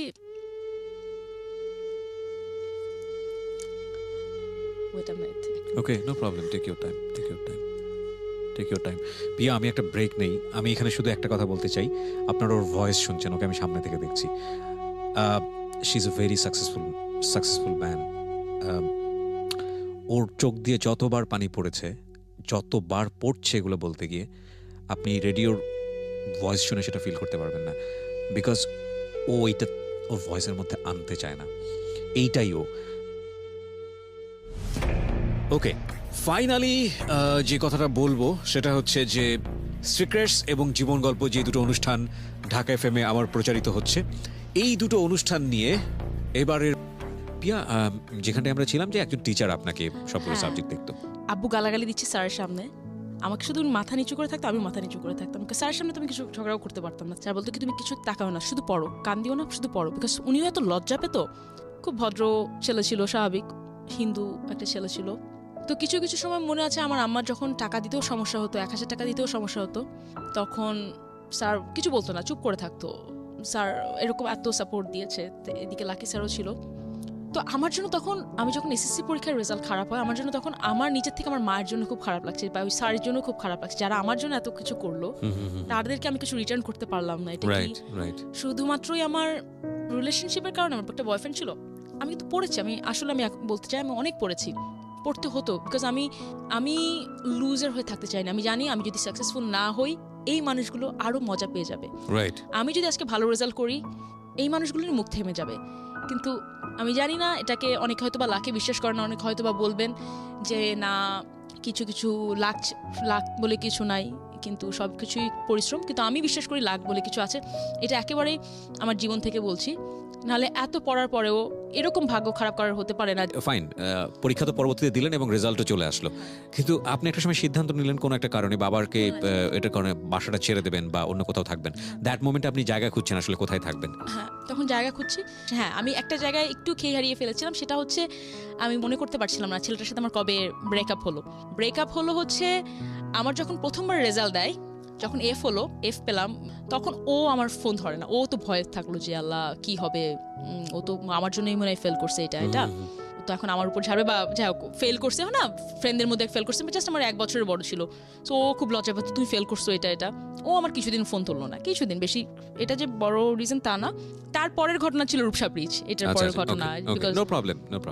সো রূপসা ব্রিজের ছেলেটার কাছ থেকে যখন ওরকম খুব একটা ধাক্কা খেলাম, পাশাপাশি একটা রিজন তো ছিল আমার ভাই, আর এই ছেলেটার কারণে, দুইটা মিশে কম্বিনেশন, যে আমার ফ্যামিলির কাছ থেকে আমি এত কথা শুনছি, আর এই ছেলেটা এসে আমার সাথে এরকম উল্টাপাল্টা ডিচ করলো, আর এদিকে ফ্যামিলির তো সমস্যা আছেই। তখন আমি ঢাকায় চলে আসি। ঢাকায় প্রথমে আসি আমার ফুপুর কাছে 1 মাসের জন্য। আমার কাজিনের সাথে খুব ঘোরাঘুরি করার পরে একটা টাইমে তো আমার ব্যাক করতেই হবে খুলনায়, কিছু করার নাই। তখন আমি আম্মুকে খুলনায় আসলাম, আম্মুকে আমি বললাম যে আম্মু আমি ঢাকায় যাবো, আমি একবার থাকবো। বলি না, ঢাকায় আমি তোমাকে রাখবো কিভাবে কি করবো? আমি পারবো আম্মা, আমি হয়তো বা পড়াশোনা করাবো, টিউশনি করবো, বা ছোট বাচ্চাদের পড়াবো, আমি কোনো না কোনোভাবে আমি করে নিতে পারবো, অসুবিধা হবে না। তো একটা টাইমে তখন হাই-ফাইভ ছিল, ফেসবুকের আগে খুব পপুলার ছিল এটা, রাইট? তখন হাই-ফাইভ ছিল। সো বুঝতেই পারছেন যে আমার বাবা যখন আমার পড়াশোনার টাকা দেবে না, অবশ্যই সে আমার ইন্টারনেটেরও টাকা দেবে না। মাঝে মাঝে আমি 100-200 টাকা জোগাড় করতে পারলে হয়তো, বা এখন 100-200 টাকার কার্ড কিনতে পাওয়া যেত, বেশিক্ষণ চলতো না, ওইটা কিনতাম, কিংবা সাইবার ক্যাফেতে যেতাম, কিছু একটা করতাম। তো সাইবার ক্যাফেতে বা কিছু একটা করে হাই-ফাইভে কথা বলতাম। তো আমাদের একটা ফটোগ্রাফার ছিল, আমি জানি না আপনি জানেন কিনা, ফটোগ্রাফার তখন হিট। তো আমাকে বললো কি যে তোমার হাইট কত? So that time I was 5'8". Okay, right now এখন কত? 5'10" তখন 5 ফিট 8 ইঞ্চি ছিলাম, অনেক লম্বা ছিলাম ওই হিসাবে খুলনার অফ মধ্যে। কোর্স। তো তখন মনে আছে আপনাদের যারা লিসেনার মনে আছে কিনা জানি না, ASL 8 সেক্স লোকেশন, তখন আমরা বলতাম ASL হাই ফাইভ। ASL কত মানে হ্যাঁ। ইয়াহু মেসেঞ্জারও তো ফার্স্ট হাই হ্যাঁ। বলার পরেই বলা হতো ASL। ASL exactly. দেখবেন কি ফটোগ্রাফার বা মিডিয়া ইন্ডাস্ট্রি এরা হাই একটু, জিজ্ঞাসা করে, হ্যাঁ। 5'8" বলে কি তুমি কি হিল পরে না হিল ছাড়া চাওয়াবাজি করছো, এরকম অনেক কথা বলছো। না আমি তো এরকমই। তখন আমাকে বললো তাহলে তুমি ঢাকায় আসো, ঢাকায় এসে তুমি মডেলিং করো। আমি বললাম কি যে না, আমার যে ফ্যামিলি একটা ফতুয়া পড়লে তাকায় থাকে, মডেলিং করবো মানে। ও আমার গানের টিচারও ছিল, ওকে। গান আমাকে বন্ধ করে দিতে হলো যে গান তো বেশি দিন গেতেও পারবো না, পরীক্ষাও, আবার মুসলমান ধর্মে গান গাওয়া উচিত না, এইগুলো আমার গানটা বন্ধ করে দিল তখন। ওকে। যেই ফ্যামিলি এরকম, ফ্যামিলি থেকে আমি আজকে ভোগের মডেল, সো হোয়াট এভার। তো সে আমাকে যখন বললো তখন বললাম যে না দেখেন এটা তো কোনোভাবে সম্ভব না, আমাকে দেবে না, করতে দেবেই না, আমাকে মেরেই ফেলবে, মানে দে উইল মেক শিওর যে। তখন বললো কি যে না তাহলে আমি আসি খুলনায়। আপনি আসবেন আমার জন্য খুলনা পর্যন্ত আসবেন? হ্যাঁ আসি, সমস্যা কি। তো আসলো, এটা আমার একটা ফ্রেন্ডকে নিয়ে আসলো, এসে আমার মার সাথে কথা বললো, বাবা পর্যন্ত যাওয়ার সাহসই নাই। আম্মাকে কোনো মতে কনভিন্স করলো যে ঢাকায় যাব, ঢাকায় যে মনে হয় বয়স কম ছিল, ভাবছে কি ইয়াং একটা মেয়ে দেখে আসি, নালে কোনো কাউকে মডেল বানানোর জন্য তো আর কেউ আসবে না, এটা তো খুবই লজিকের কথা। তো আম্মাকে ও আমাকে দেখে খুব ইমপ্রেস যে লম্বা একটা মেয়ে আছে, খুবই ছোট একটা মেয়ে, কিছু একটা করতে পারবে। তো আমাকে বললো আপনারা ঢাকায় আসেন। আমি তো খুব ভয় ছিলাম যে কত টাকা নেবে ফটোশুট করতে, এটা করতে। টিভিসি খুব হিট ছিল তখনকার, মোনালিসা, বাঙালি, তখন এগুলো খুব হিট ছিল। তো তখন একটা টাইম আম্মাকে নিয়ে গেলাম আমি ঢাকায়। আম্মাও কিন্তু আমার আম্মা কিন্তু এরকম না, বিভিন্ন পরিস্থিতির সম্মুখীন পড়ে তাকেও একটা ডিসিশন নিতে তারও নিজেকে বাধ্য করা লাগছিল, যাচ্ছে ঢাকায় নিয়ে যায়। আমার কাছ থেকে কোনো টাকা নেয়নি। We are so grateful because আমাকে টাকা দেওয়ার মতো ফটোশুটের জন্য আমারও এত অবস্থা ছিল না, বা আম্মাকে আমি খুব বুঝিয়ে টুঝিয়ে কিছু টাকা নিয়ে গেছিলাম, আম্মা কিছু একটা দিও তুমি। আচ্ছা আচ্ছা। কোথায় শুট করলেন ফার্স্ট শুটটা মনে আছে কত সালে? বনানী, এখন যেখানে 12 নম্বর রোড বনানীতে, ওখানে একটা স্টুডিও ছিল অপূর্ব। So another life started. আমার ভাইকে নিয়ে গিয়েছিল, আমাদের 3 জনের একটা ছবি এখনো আমার কাছে আছে, আমার বাসায় ঝোলানো আছে, প্রথম শুট। আমার মনে আছে আমাকে যখন বললো যে আমার একটা ড্রেস ছিল, তো একটা স্লিভলেস ড্রেস, তার উপর একটা কোটি পরা লাগে। স্লিভলেস তো পরতামই না, ভয় লাগতো অনেক। তো যখন আমাকে বললো কি যে তুমি কোটিটা ছাড়া পরো, আমি তো বললাম কি লোক এটা নিশ্চয়ই মতলব খারাপ, আমাকে স্লিভলেস ড্রেস পরতে বলছে, মতলব অবশ্যই খারাপ। কিন্তু কাউকে কিছু একটা কথা বলবো সেটাও বলতে পারছি না, কাকে কি বলবো। তুললাম ছবি স্লিভলেস পরে টোরে, জাস্ট শার্ট প্যান্টেরও খুব একটা ছবি ছিল না, বিকজ আমার শার্ট প্যান্ট তখন সেরকম খুব একটা ছিল না, ফতুয়া ছিল, ওগুলো দিয়ে বলো কি না ফতুয়া পরার থেকে তুমি এই কামিজ বা এই শাড়িগুলো পরেই তোলো, তোমাকে এগুলোতেই ভালো লাগলো, এইগুলো ড্রেসগুলো পরার থেকে। তখন একটা মেকআপ আর্টিস্ট ছিল, নাম আমার মনে নাই। আমি বুঝতেছি লোকটা মেকআপ দিচ্ছে, এখানে গায়ে হাত দিচ্ছে, এখানে গায়ে হাত দিচ্ছে, একটু গলায় হাত দিচ্ছে, মানে প্রয়োজন ছাড়া। এগুলো আমি এই কারণেই বলছি, আজকে যদি আপনার লিসেনার যদি শুনে থাকেন, এগুলো খুঁটিনাটি বিষয়গুলা, এগুলো ওভারকাম করেও যে অনেক জায়গায় আসা যায়। আমি একটা বই পড়ি, 7 effective thing of successful people, 7 cover। ওখানে দেয়া আছে যে কোনো কিছুকে ওইটাকে আপনি সেন্টার, আপনি যদি ধরেন এইটাকেই সেন্টার, এই লোকটা আমার একটু গলায় হাত দিছে, আমি আজকে মিডিয়ায় খারাপ পুরা, তাহলে কিন্তু আপনি ওখানে হেরে গেলেন। ইউ লুজ ইয়োরসেলফ, সিম্পল কথা। আপনার ওইটা থেকে ওভারকাম করে আপনার আরো বড় কিছু অ্যাচিভ করতে হবে। হয়তো আমার তখন সাহস ছিল, এই কারণে আমার ব্যাক করার কোনো ওয়ে ছিল না। আমি জানি ওখানে আরো খারাপ অবস্থা হবে আমার, যদি খুলনার দিকে। আমার আম্মা আমাকে লাইফে একবারই ছেলে দেখতে আসছিল ক্লাস 10-এ পড়ার সময়, বিকজ আম্মা এটাও ট্রাই করছে মেয়েকে যদি বিয়ে দিয়ে দেওয়া যায়, কেন ওর বাসায় এত সমস্যা হচ্ছে। তো ছেলে কি হয়েছে পরবর্তীতে দোয়া পড়তে পড়তে বাড়ি থেকে বেরিয়ে না ছেলে 2টা বোন আসছিল আমাকে দেখতে, খুলনার সেফ অ্যান্ড সেফ একটা জায়গা আছে ফুড কোর্টে, আমার বড় বোনের নাম কি, আমার নাম পিয়া। সো ওরা 2 বোন পিয়া আসছে দেখতে। ছেলে অস্ট্রেলিয়ায় থাকে, তখন তো খুব হিট ছিল যে ছেলে বিদেশি মানেই বেস্ট জামাই। না এখনো কিছুটা আছে, এখনো আছে তাই না? আচ্ছা। তো যখন আমাকে বললো, তো যাই হোক ছেলেটার নাম্বার আমাকে দিয়েছিল, বলে কি আমাকে ওর বোনরা এসে বললো, ছেলেটাও আসছিল, তখন ছেলেটা আমাকে ফোন নাম্বার দিল, কথা বললো, আমাকে ফোন দিয়েছিল। তো আমি বললাম কি দেখেন আমার বয়ফ্রেন্ড আছে, ডোন্ট কল মি এগেন। তখন আমার তো বয়ফ্রেন্ড ছিল ওই ছেলেটা, তো ওকে আমি বলে দিয়েছি, ওরা আর আমার দিকে আর ঘুরেই তাকায়নি আর কখনো। আর তো এরকম বেশ কিছু, মানে আমার আম্মা মোটামুটি সব ট্রাই করা শেষ। সো আপনি গল্পটা বলছিলেন এই কারণেই যে এই ছোট একটা ঘটনাকে কেন্দ্র করে ঠিক আছে আমি করবো না মডেলিং, বাসায় ফিরে যাবো, সেই রাস্তাটা ছিল না। হ্যাঁ, যে ওইটাও ছিল না আমার। যাই হোক, অপূর্ব যখন ফটোশুট করার পরে ইন দ্য মিন টাইম আমি চেষ্টা করছিলাম, তখন রেজাল্ট দেয়নি কিন্তু আমার Okay. সেকেন্ড পরীক্ষার রেজাল্ট দেয়নি রাইট আমাকে, এক বছর পরে যেটা দিলেন এক এসএসসি বছর পরে কখনো রেজাল্ট দেয়নি। তারপরও চেষ্টা করছিলাম যে ঢাকায় যদি পাশ করে যায় ঢাকায় কোন কলেজে পড়বো না পড়বো চেষ্টা করার জন্য। ছবি তুলো করলো কি তখন লাক্সে আমার না ছবি দিল, আর সবাই কিন্তু জানেন আমি লাক্সে একটা টাইমে ছিলাম। লাক্সে ছবি দিল, লাক্সে থাকার পরে এইদিকে আমি জানি না হয়তো বা শুনলে আজকে দেখো আমার খুব ভালো ফ্রেন্ডশিপ, খুবই ভালো ফ্রেন্ডশিপ, বাট ও আমাকে খুব জ্বালাইছে, মাইন্ড করো না প্লিজ, বিকজ ও দেখছে কি ইয়াং একটা মেয়ে প্রেম করবে, বাট আমার প্রেম করার কোনো মন মানসিকতা ছিল না। ওকে আর আমাকে বলতো যে তুমি খুবই স্নবিশ একটা মেয়ে। আজকে দেখো আমি স্নবিশ না, আমি খুব সেলফ রেসপেক্ট আলা একটা মেয়ে, আর আমি জানি আর বউ ছিল, বাচ্চা ছিল, মানে ডিভোর্স বা সেপারেটেড কিছু একটা তখন ছিল, বাট আমি পছন্দ করলে মানে হয় না আমি পছন্দ কখনো করিনি, সো ওর সাথে আমার কখনো কিছু হয়নি, তো ওর সাথে আমার এটা নিয়ে অনেক গ্যাঞ্জাম লাগতো।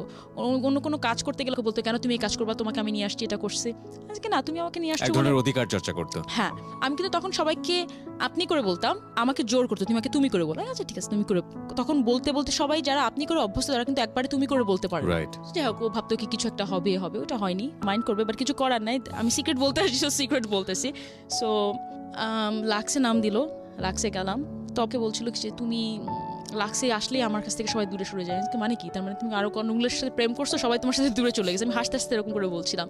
ইন দ্য মিন ওয়াইল আমার কিন্তু আমার বয়ফ্রেন্ডের সাথে আমার ব্রেকআপ হয়ে গেছে, বিকজ ও আমাকে ফোন করে করে আমি সুইসাইড করবো, করেন সুইসাইড করেন সমস্যা নাই, করলে আমাকে বলেন যে সুইসাইড করছেন করেন, আমাকে এরকম অনেক ভয় টয় দেখাতো। বাট আমার একটা খুব ভালো জিনিস আমি বলবো, আমি যেখান থেকে মুখ ফিরে আসছি আমি সেটা কখনো আমি একেবারে তাকাই না, কথা বলি প্রত্যেকের সাথে কথা বলি, আমাদের খুব বড় জয়েন্ট ফ্যামিলি, অনেক বড়, কেউ আমার সাথে কথা বলতো না, যারা বিদেশে থাকতো তারা তো কথা বলতোই না। তো এখন সবার সাথে সেলফি দিই, সবাই বিদেশ থেকে আসে, আমিও বিদেশে যাই, সবার সাথে কথা বলি, বাট ওটা আগের মতো নাই, বিকজ আমার ভিতরে আমি জানি না কিবরিয়া ভাই আপনি আজকে কি মনে হচ্ছে, আমি আপনাকে সবই বলছি যে অপরাধ করেছি কিনা, আমার মনে হয় আমি কোনো অপরাধ করিনি এখন পর্যন্ত, যতক্ষণ আপনাকে স্টেপগুলো বললাম আমি, বিকজ আমার মনে হয়েছে ওই পরিস্থিতিতে আমি একটা ছেলেকে পছন্দ করতেই পারি, রাইট একটা সম্পর্ক হতেই পারে একটা মানুষের সাথে, তাই না? আমি যদি আজকে বলি আমি যদি ওর সাথে সম্পর্ক করতাম যার বউ বাচ্চা আছে, সেটা অন্যায় আমি বলবো, কারণ আমি একটা ফ্যামিলি নষ্ট করে করছি, একটা ইয়াং ছেলে আমার থেকে 1 বছরের বড় তার সাথে প্রেম করে আমি কোনো একেবারে সমাজকে নষ্ট করে দিইনি।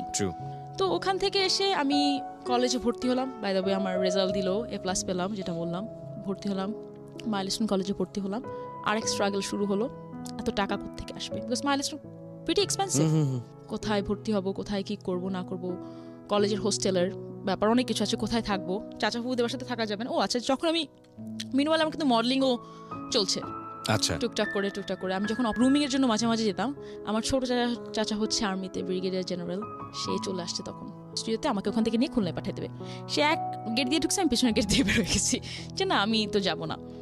এই লোকগুলা যখন দেখছে খুবই ভালো একটা মানুষ, আর্মিতে আছে, সেন্সিবল একটা মানুষ, সে যখন দেখছে আমি ঢাকায় চলে আসছি, সে আমাকে রেস্কিউ করার জন্য ঢাকা থেকে নিয়ে যে আমাকে উদ্ধার করে খুলনায় পাঠিয়ে দেবে, আর সে যখন এটাও তো জানতো সে আমার পুরো ফ্যামিলি আমার সাথে মিসবিহেভ করতো, তখন তো সে কোনো কথা বলেনি। আমি এইটাই বোঝানোর চেষ্টা করছি, একটা মানুষকে যেটা আমার হেডমিস্ট্রেসের বেলায় আমি বলছিলাম যে একটা মানুষকে যখন কোন জায়গা থেকে উদ্ধার করা হবে সেটা না করে আপাত দৃষ্টিতে যেটা আমরা নোংরা মনে করি, খারাপ মনে করি, মডেলিং করলেই মেয়ে খারাপ হয়ে যাবে, ইনস্ট্যান্টলি ডিসিশন আপনি নিয়ে নিলেন, বাট ওখানে থেকে খুলনায় থেকে একটা মেয়ে আমি সুইসাইড করতে যাচ্ছি, আমার ফ্যামিলি আমার সাথে খারাপ বিহেভ করছে, ওইটার এগেইনস্টে আপনি কিছু বলেন, আপনি আমার বাবা মাকে বুঝাতে পারতেন, আপনি আমার ফ্যামিলিকে বুঝাতে পারতেন ওর সাথে ভালো বিহেভ করো, সেটা তো আপনি করেননি, ভালো হিসেবে করেননি, নাহলে আমার আজকে খুলনায় থাকার লাগতো, এতদিন হয়তো বা কোনো একটা ব্যাংকারকে বিয়ে করে বসে থাকতাম, 3টা বাচ্চা থাকতো। উইথ ডিউ রেসপেক্ট ফর ব্যাংকার, কারণ ব্যাংকাররা অনেক উইথ ডিউ রেসপেক্ট না আমি কোনো ছোট করতে চাচ্ছি না, আমার জামাইও কিন্তু জবই করে, আমার জামাইও জব করে, আমি ব্যাংকার এই কারণে বলছি, আমি আপনাদের কমপ্লিমেন্ট দিচ্ছি, বিকজ তারা ভাবতো কি যে না আমার ফ্যামিলি এখনো কিছু ফ্যামিলির মেম্বাররা মনে করে 9 to 5 যারা জব করে তারাই বেস্ট, আপনাদের এটার জন্য একটা কমপ্লিমেন্ট, বিকজ তারা ভাবে যে খুব বড় লোকের ছেলেরা খারাপ, বিজনেস যারা করে তারাও মোটামুটি ভালো না, বেশি বড় লোকদের কাছে তো বিয়ে দেওয়া যাবেই না, মেয়ে ধ্বংস হয়ে যাবে, কিন্তু যারা মোটামুটি ব্যাংকার একটা বিয়ে করে একটা বাড়ি করতে পারবে তারাই হচ্ছে মেয়ের জন্য সুপাত্র, সো ওরকম একটা সুপাত্র দেখে আমাকে বিয়ে দিয়ে দেওয়া হতো, আমি এটা বলতে চাচ্ছি, সোসাইটির পারসেপশন অ্যাকচুয়ালি, সোসাইটির পারসেপশন সেটাই। আপনি এক দরজাতে বের হয়ে গেলেন, এক দরজা থেকে বের হয়ে গেলাম, তখন কলেজেও পড়ি, এদিকে কিন্তু কলেজে পড়ি, তখন সে কি হবে না হবে তাও কিন্তু ভাবে নেই যে কলেজ থেকে নিয়ে আসা লাগবে, এদিকে স্ট্রাগল চলছে, আমার আমার মনে আছে আমার আম্মা কিছু তার পুরানো গয়না বিক্রি করে দিল, বিকজ কলেজে অ্যাট এ টাইম ভর্তি হতে একটু টাকা বেশি দেওয়া লাগে একসাথে, তখন আমি চিন্তা করলাম, আমার খুব সেদিন খুব খারাপ লেগেছে, আমার আম্মা আমার জন্য গয়না বিক্রি করে দিল, বিকজ আমার আব্বা তো কোনো টাকা দেবে না। মডেলিং টুকটাক করে স্টার্ট করা শুরু করলাম। আচ্ছা, কিন্তু তখন টাকা পাওয়া তো দূরে থাক, আপনার যে যাতায়াত খরচটাও আপনার। ওকে। কোনো প্রথম মডেলিং এ করলে কোনো টাকাই নাই। কোথায় আসলো প্রথম ছবিটা, কোথায় আসলো বা কোথায় কাজ করলেন? পুরো ওখানে ম্যাক্সিমাম কাজ আমাকে বই না দিত। কিন্তু থাকে না মানে কোনো প্রোডাক্টের মডেলিং করা? হ্যাঁ, এবি ফ্যাশন। এবি ফ্যাশনটা এবি ফার্স্ট। ফ্যাশন বাবুল ভাই হচ্ছে এবি ফ্যাশনের উদ্যোক্তা। বাবুল ভাইয়ের সাথে আমার এখনো পরিচয় আছে, আমি এখনো বলি বাবুল ভাই এবি ফ্যাশন দিয়ে কিন্তু আমার কাজ শুরু। আমি কক্সবাজার একবার কাজ করতে গেছি, আমার খুব খুশি ছিল, আমি আমার আম্মুকে নিয়ে গিয়েছিলাম। নর্মালি আমার আম্মাকে আমি নিয়ে যেতাম না কোনো খুব একটা জায়গায়, কিন্তু কক্সবাজার যেহেতু ঢাকার বাইরে যাব, আম্মুকে চিন্তা করলাম আম্মু তুমি চলো আমার সাথে, বিকজ আম্মুকে নিয়ে আমার ভয় লাগতো সত্যি কথা তখন ওই টাইমটাতে। প্রিয় শ্রোতা, যে নামটা আমরা এখানে মেনশন করেছি, he is a very renowned photographer. এই নামটা এখানে আমরা মিউট শব্দ ব্যবহার করছি, but it's a fact of Pia's life. হ্যাঁ, ওকে, রাইট। সো মাইলস্টোনে যখন পড়তাম, মাইলস্টোনে আরেকটা সমস্যা হতো, মাইলস্টোনে আমাদের নূর নবী স্যার ছিল আমাদের প্রিন্সিপাল, খুবই কড়া, এবং প্রত্যেকটা টিচার খুব কড়া ছিল। সে একদিন না আসলে আমি যে কিরকম টাইম পার করেছি আমি আপনাকে বোঝাতে পারবো না। আমার থেকে ব্যাড টাইমে গিয়েছে আমার মা, আমার আম্মাকে ডাক দিত। একদিন না আসলে আমার আম্মা অল দা ওয়ে খুলনা থেকে ঢাকা আসতো দেখা করতে। তখন তো বাসেই আসতো, এত তো টাকা ছিল না যে ফ্লাই করে আসতো। আমার ছোট ভাই ছিল, ভাইকে মাঝে মাঝে রেখে আসা লাগতো, খুব ঝামেলা হতো। একদিন আসলে, আর আমার যেহেতু খুলনা থেকে জাস্ট ঢাকায় আসছি, পলিউশন অ্যান্ড অল, আমি একটু কিছুদিন হলে সিক হয়ে যেতাম, এত লো প্রেশার ছিল, আমি কয়েকবার আমি সেন্সলেস হয়ে গেছি এরকম। তো তখন আমার প্রথমে আমি ভর্তি হই হচ্ছে আর বনানীতে একটা হোস্টেলে। দেখলাম কি বনানী থেকে উত্তরা যেতে খুব কষ্ট হয়ে যেত, তখন উত্তরাতে একটা হোস্টেলে ভর্তি হই, এবং ওই হোস্টেলে কোনো একটা মাদ্রাসার একটা হোস্টেলের টাইপের ছিল। যেই দিন ভর্তি হই পরের দিনই আমি ফতুয়া প্যান্ট আর একটা ওড়না পরে আমি বের হয়েছি। সেই দিনই আম্মা মানে ভর্তি করে দিয়ে চলে গেল, সকাল থেকে আমাকে ভর্তি করে দিয়ে দুপুরবেলা থেকে সে দুপুরবেলা চলে গেল, রাত্রে পৌঁছালো। রাত্রেবেলা পৌঁছানোর পরে সাপোজ সে 11টায় পৌঁছেছে, 11:30-11টার দিকে আবার সে কল পাইছে, আপনার মেয়ে এখানে থেকে আমরা রাখতে পারবো না, আপনার মেয়েকে নিয়ে চলে যান। আমার আম্মা ওই 11টার সময় পৌঁছে 12টার দিকে আবার বাসে করে আসলো। ওই দিনই আমার খালার দূর সম্পর্কে একটা আত্মীয়র বাসায় পেইং গেস্ট হিসাবে থাকাটা আমি শুরু করলাম তখন থেকে। আরও কিছু সমস্যার দিক দিয়ে পড়তাম, যে যখন কলেজে ভর্তি হলাম তখন আমাদের একটা টিচার ছিল, ক্লাস টিচার টাইপের, যে সব কিছু দেখতো। আমি জানি না লাইফে কত সমস্যার মধ্যে দিয়ে একটা মেয়ের যেতে হয়। সেই মহিলা কোনো একটা কারণে আমাকে জেলাস করতো বা কিছু একটা করতো, কিছু হলে আমার সাথে উল্টাপাল্টা বিহেভ করতো, এবং সে আমাকে এরকমও বলতো যে তুমি কিন্তু আমার সাথে এরকম করলে, তুমি যেহেতু তোমার এত তেজ, মানে আমি রাগে ফুলতাম, কথা তো বলতে পারতাম না, ওনার সাথে তোর কথা ঝগড়া করতে পারবো না, আমি তো জানি টিসি দিয়ে বের করে দেবে স্কুল থেকে, কলেজ থেকে। তখন আমাকে বলতো কি তোমাকে কিন্তু আমি এইচএসসি পরীক্ষায় বসতে দেবো না, ইউ ডোন্ট নো মি, এরকম করে আমাকে থ্রেট দিত। তখন এদিকে বাসা নিয়ে সমস্যা, কোথায় থাকবো না থাকবো। মিনওয়াইল আমি অনেক জব খোঁজা স্টার্ট করলাম। যাই হোক, আমার আব্বার কিছু কাজে আসছে, অ্যাবোট ফটোশপের একটা কাজ করা শুরু করলাম একটা জার্মান কোম্পানিতে। ওদের গার্মেন্টস ছিল, গার্মেন্টসের ছবিগুলো কাপড়ের ছবিগুলো তুলতো, ওগুলো আমার ক্রপ করে সুন্দর করে নিয়ে একটু কালার কারেকশন করে রাখা লাগতো। এরকম একটা পার্ট টাইম একটা জব করলাম। পর দেখলাম দ্যাটস নট সাফিসিয়েন্ট, 4,000-5,000 টাকা দিত, যে এটে এসে সম্ভব হতো না।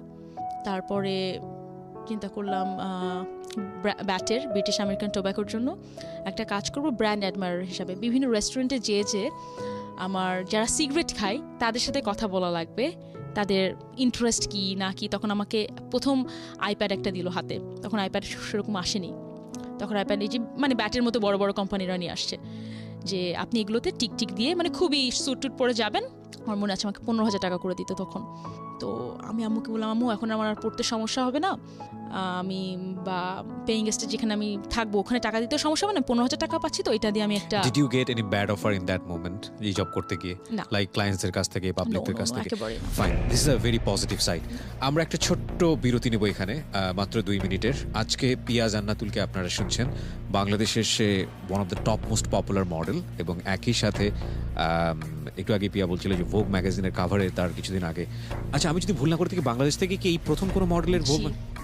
প্রথম। So she is a pioneer, Bangladesh থেকে এই প্রথম। এবং আপনারা জানেন যে ইন্টারন্যাশনালি রিকগনাইজড ফ্যাশন ম্যাগাজিন এবং ওয়ার্ল্ড নোন ম্যাগাজিন যেটাকে বলা হয় ভোগ, সেখানে তার একটা কাভার ছবি এসছে, এবং সেটা সে এখন ফ্যাশন আইকন।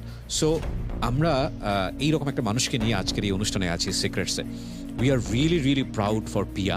আমরা আপনি ব্রিটিশ আমেরিকান টোবাকোতে সেই সময়টাতে জব জি। করছেন। তো এই জবটা কিভাবে পেয়েছি এটাও বলি। তো আমি যখন টুকটাক মডেলিং করা স্টার্ট করেছি তখন আরেকটা মডেল তখন নর্থ সে পড়তো, একটা ভাইয়া ছিল খুবই ভালো একটা ফ্যামিলি থেকে।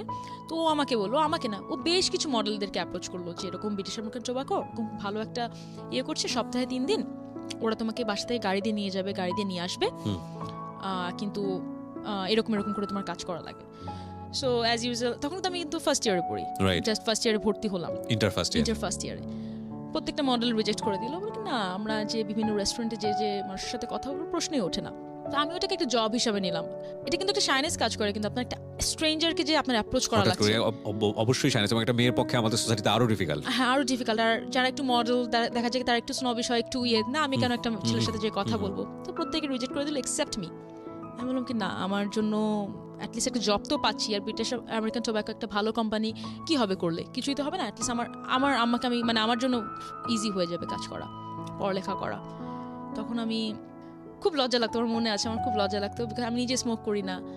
তো তখন তো মানে প্রশ্নই ওঠে না, তো যারা সিগারেট খাচ্ছে তাদেরকে যেই অ্যাপ্রোচ করা লাগবে, নর্মাল অন্য কাউকে অ্যাপ্রোচ করতে পারবো না, খুব লজ্জা লাগতো। তারপরেও করতাম, করার পরে একটা সময় যাই হোক এইভাবে এই ব্রিটিশ আমেরিকান টোব্যাকোর পর আমার মনে আছে এরকম করে আমি বেশ কিছু মানে তখন জব অফারগুলো, মানে একটা ভালো কাজ করলে অনেক জব অফারগুলো আসা অফার শুরু চলে করে। আসে, রাইট। তো আপনি যেটা বলছিলেন কোনো নেগেটিভ বাজে প্রপোজাল আমি কখনোই পাইনি, বিকজ আমাকে বাসা থেকে নিয়ে যেত একটা গাড়ি, একটা জাস্ট কর্পোরেট একটা অ্যাম্বিয়েন্স ছিল। আমি ওখানে যেতাম, ওখান থেকে আবার আমার থেকে আমাদের একটা সুপারভাইজার ছিল। তো বাজে কখনো কিছু আমি পাইনি। এবার আসি যখন মডেলিং, আমি মেইন টার্মে আমি যখন মডেলিং কাজ করা স্টার্ট করি, তো আমি যখন আসি তখন হ্যাঁ অফকোর্স অনেক জায়গা থেকে অনেক উল্টাপাল্টা প্রপোজাল পেয়েছি, কিন্তু সবচেয়ে বড় কথা বলি, কেউ মিডিয়া থেকে বিলং করে না। এরা হচ্ছে প্রত্যেকে কিছু ভায়া থার্ড পার্সন, যারা কোনো একটা ডিরেক্টরকে চেনে, বলে কি যে আমি আপনাদেরকে নতুন একটা মেয়ে এনে দেবো, খুব সুন্দর একটা মেয়ে, ওকে দিয়ে আপনি অভিনয় করাতে পারেন। এরা অ্যাডভান্টেজগুলো নেওয়ার চেষ্টা করে। এরা তখন নোংরা প্রপোজাল দেওয়া স্টার্ট শুরু করলো। আমার মনে আছে আমি যখন একটা শো করতে যাই চিটাগাংয়ে, ফ্যাশন শো, ওই টাইমটাতেই তখন একটা খুব বড় একটা কোনো একটা হোটেলে চিটাগাংয়ের একটা ফ্যাশন শো হচ্ছে, কোনো একটা ইয়ে, আমরা সব মডেলার সবাই গিয়েছিলাম। তো আমি লিফট থেকে কোনো একটা কারণে নিচে থেকে উপরে উঠছিলাম, শো এর ইয়েতে যাবো, সব মডেল মনে চলে গেছে, আমি মনে হয় লাস্ট পার্সন লিফটের মধ্যে ঢুকছি। তখন একটা লোক দেখলাম কি ঢুকলো, ওকে, অ্যাজ ইউজুয়াল মেকআপ টেকআপ করে আসছি, বিকজ আমরা মেকআপ করে আমরা জাস্ট এখন ভ্যানুতে আসছি। তখন একটা লোক আমাকে দেখে খুব হাসছে। আমার বয়স কিন্তু তখনও 16 বা 17, জাস্ট 17 হয়তো বা হবে, এরকম 17তে পা দিয়েছি। বুঝি না তখনও ভালো করে যে একটা চোখের দৃষ্টি কতখানি খারাপ হতে পারে মানুষের। লোকটা করলো কি, আমাকে বললো কি আপনি কি মডেল? আমি আজকে হ্যাঁ, মানে তখন আমাকে কি মডেল হিসাবে বলছে, এটা যে কত বড় পাওয়া আপনি বুঝতে পারবেন না একটা মেয়ের জন্য। মানে আমাকে মডেল হিসাবে কেউ রিকগনাইজ করছে, সে আমার লুকটুক দেখে হয়তো বুঝতে পেরেছে। হ্যাঁ, খুব খুশি হয়ে গিয়েছিলাম, এত খুশি ছিলাম। লোকটা আমাকে বললো কি এইটা আমার কার্ড, আমি এত নাম্বার রুমে আছি, আপনি চলে আসেন। হ্যাঁ, আমি খুবই খুশি ছিলাম। সে আমাকে মডেল, আমি পরে কি লোকটা কি বলছে আমি কোনো আজকে আচ্ছা ঠিক আছে আসবো, কার্ডটা নিলাম। আমি আজকে শোটা শেষ করলাম, কি বাই দ্য ওয়ে লোকটা আমাকে রুমে কেন যেতে বললো, এক্স্যাক্টলি, আপনি তখন চিন্তাই করেননি? আমি তখন চিন্তাই করিনি। আমি সেই দিন রাত্রে এত কাঁদছি যে জাস্ট বিকজ আমি মডেলিংয়ে আসলাম। এর আগে কিন্তু আমার এত নোংরা, হয়তো বা হ্যাঁ আমার বাবা গালি দিয়েছে, আমার একটা বয়ফ্রেন্ডের সাথে আমি থাকছি, বাট আমার এত নোংরা কথা শুনতে হয়নি কিন্তু কখনো, ইউনো, মানে he was treating me like a prostitute. এবং এটা সে ট্রিট করে না, পুরো সোসাইটি কি ট্রিট করে না, সোসাইটি এইভাবে ট্রিট করে। আমি এত কাঁদছিলাম, আমার মনে আছে। তারপর আস্তে আস্তে যখন বাজে অফার, নোংরা অফারগুলো কিছু কিছু ক্ষেত্রে পেতাম, গালি দিতাম। আমি আমার আব্বার কাছ থেকে পাওয়ার তো জিনিস, আমিও গালি দেওয়া স্টার্ট করলাম মানুষজনদেরকে, দিতাম গালি। এরকম আমি আরো কিছু ইয়ের কথা বলি। মনে করেন আমি গিয়েছি, সাপোজ আমাকে বলছে তুমি এখানকার লিড ক্যারেক্টার একটা টিভিসির জন্য, ওখানে যে দেখি আমাকে একটা সাইড একটা ক্যারেক্টার দিয়ে দিয়েছে। সে আমি বলছি না সাইড ক্যারেক্টার খারাপ, কিন্তু আমি ওটা করতে চাইনি। আমি চেয়েছি আমি 2টা কাজ করবো, 2টা ভালো কাজ করবো, বা যেটাকে আমাকে দেখা যাবে। আমার তো এখানে আসা দরকার ছিল না, আমি যদি শুধু টাকার জন্যই আসতাম। রাইট। তখন আমার এরকম হয়েছে, আমি এরকম 2-3টা অন স্পট শুটিং শুরু হয়ে গেছে, আমি ওখান থেকে চলে আসছি। এরকম চলে আসার পর থেকে একটা ব্যাড রেকর্ড, না এই মেয়েটাকে তো নেওয়া যাবে না, ও তো শুটিং স্পট থেকে রাগ করে চলে যায়। একটা নাটকে গিয়েছি, নাটকে তো আমার তো সবসময় পড়ালেখা করা লাগতো, বিকজ মাইলস্টোনের একটা প্রেশার তো ছিল। এত কিছুর মধ্যে তো পড়াশোনাও করতাম, ক্লাসেও যেতাম, ম্যাক্সিমাম রিহার্সালে যেতাম হচ্ছে 2টা ফিতা চুরি করে, একটা ব্লু ড্রেস পরে, কলেজের ড্রেস পরে। সবাই তো ভাবতে স্কুল থেকে আসতেছে ছোট একটা মেয়ে। তো তখন যখন আমি কলেজে এরকম ড্রেস আপে যাওয়া শুরু করলাম, সবাই মানে হয় না, দেখবেন কি ছোট মেয়ে বা যারা বোঝে না তাদের উপর টার্গেট আরো বেশি থাকে। এবং True. আমি আরেকটা জিনিস দেখছি, যারা দেখে আমার এগুলো এখন ফেস করা তো লাগেই না, বাট প্রথম একটু ফেস করছি, যে যারা দেখে যে কিছু কিছু নোংরা শ্রেণী আছে, যে সবাই কিন্তু আমি বলবো না ভালো, বা যে মেয়েটা জাস্ট বিকজ টাকার বিনিময়ে থাকছে কারোর সাথে, আমি তাকেও খারাপ হিসেবে জাজ করার মতো আমি কেউ না। হয়তো বা আমার এতটুকু অ্যাবিলিটি বা কোয়ালিটি ছিল, আমি ব্রিটিশ আমেরিকান টোব্যাকোর মতো একটা জায়গায় কাজ করে 15,000 টাকা পেয়েছি। হয়তো বা ওই মেয়েটার পুরো ফ্যামিলি চালানো লাগে, আমার তার True. ফ্যামিলি চালানো লাগে, True. সে হয়তো 15,000 টাকা দিয়ে তার ফ্যামিলি চালিয়েছে। True. আমি তাকে জাজ করার মতো কেউ না, তো আমি ওই মেয়েটাকেও খারাপ বলতে চাচ্ছি না। কিন্তু কিছু কিছু নোংরা মানুষ থাকে যারা চায় এরা টাকার বিনিময়ে কারোর সাথে থাকে না, তাদেরকে আমরা পোক করব। মানে একটা ভালো মেয়েকে বা যে এই কাজটা কখনো করেনি তাকে আমরা কিভাবে কাছে আনতে পারবো, এরকম আমি কিছু কিছু পাবলিক পেয়েছি ওরকম। সো আপনি কতক্ষণ একা আপনি ফাইট করবেন, আপনার বাবা নাই, আপনার মা নাই পাশে। মেন টাইম ওই ফটোগ্রাফার আমাকে ডিস্টার্ব করতো, তখন আমি চিন্তা করতাম, তখন আমার একটা ছেলের সাথে কথা হচ্ছে আস্তে আস্তে, আমার একটা কাজিনের মাধ্যমে পরিচয়, যেই কাজিনটার বাসায় আমি 1 মাসের জন্য ছিলাম পরীক্ষার পর, ওই কাজিনটার মাধ্যমে পরিচয় ফারুকের সাথে, ওকে যে এখন আমার জামাই। ওকে ও কিন্তু আমার স্ট্রাগলের প্রথম থেকে আছে, ও কিন্তু জানে পুরোটা। ওকে তো যখন ফারুকের সাথে ফারুকের সাথে আস্তে আস্তে কথা বলা স্টার্ট করছি, এদিকে মিডিয়ার কাজ, মিডিয়া থেকে টাকা তো আসেই না, উল্টাপাল্টা প্রপোজাল। কিন্তু আমি বারবার বলছি, দেখেন এই প্রপোজালগুলো যারা আসে, আমি এই পর্যন্ত ডিরেক্টলি কোনো মিডিয়ার মানুষের কাছ থেকে পাইনি।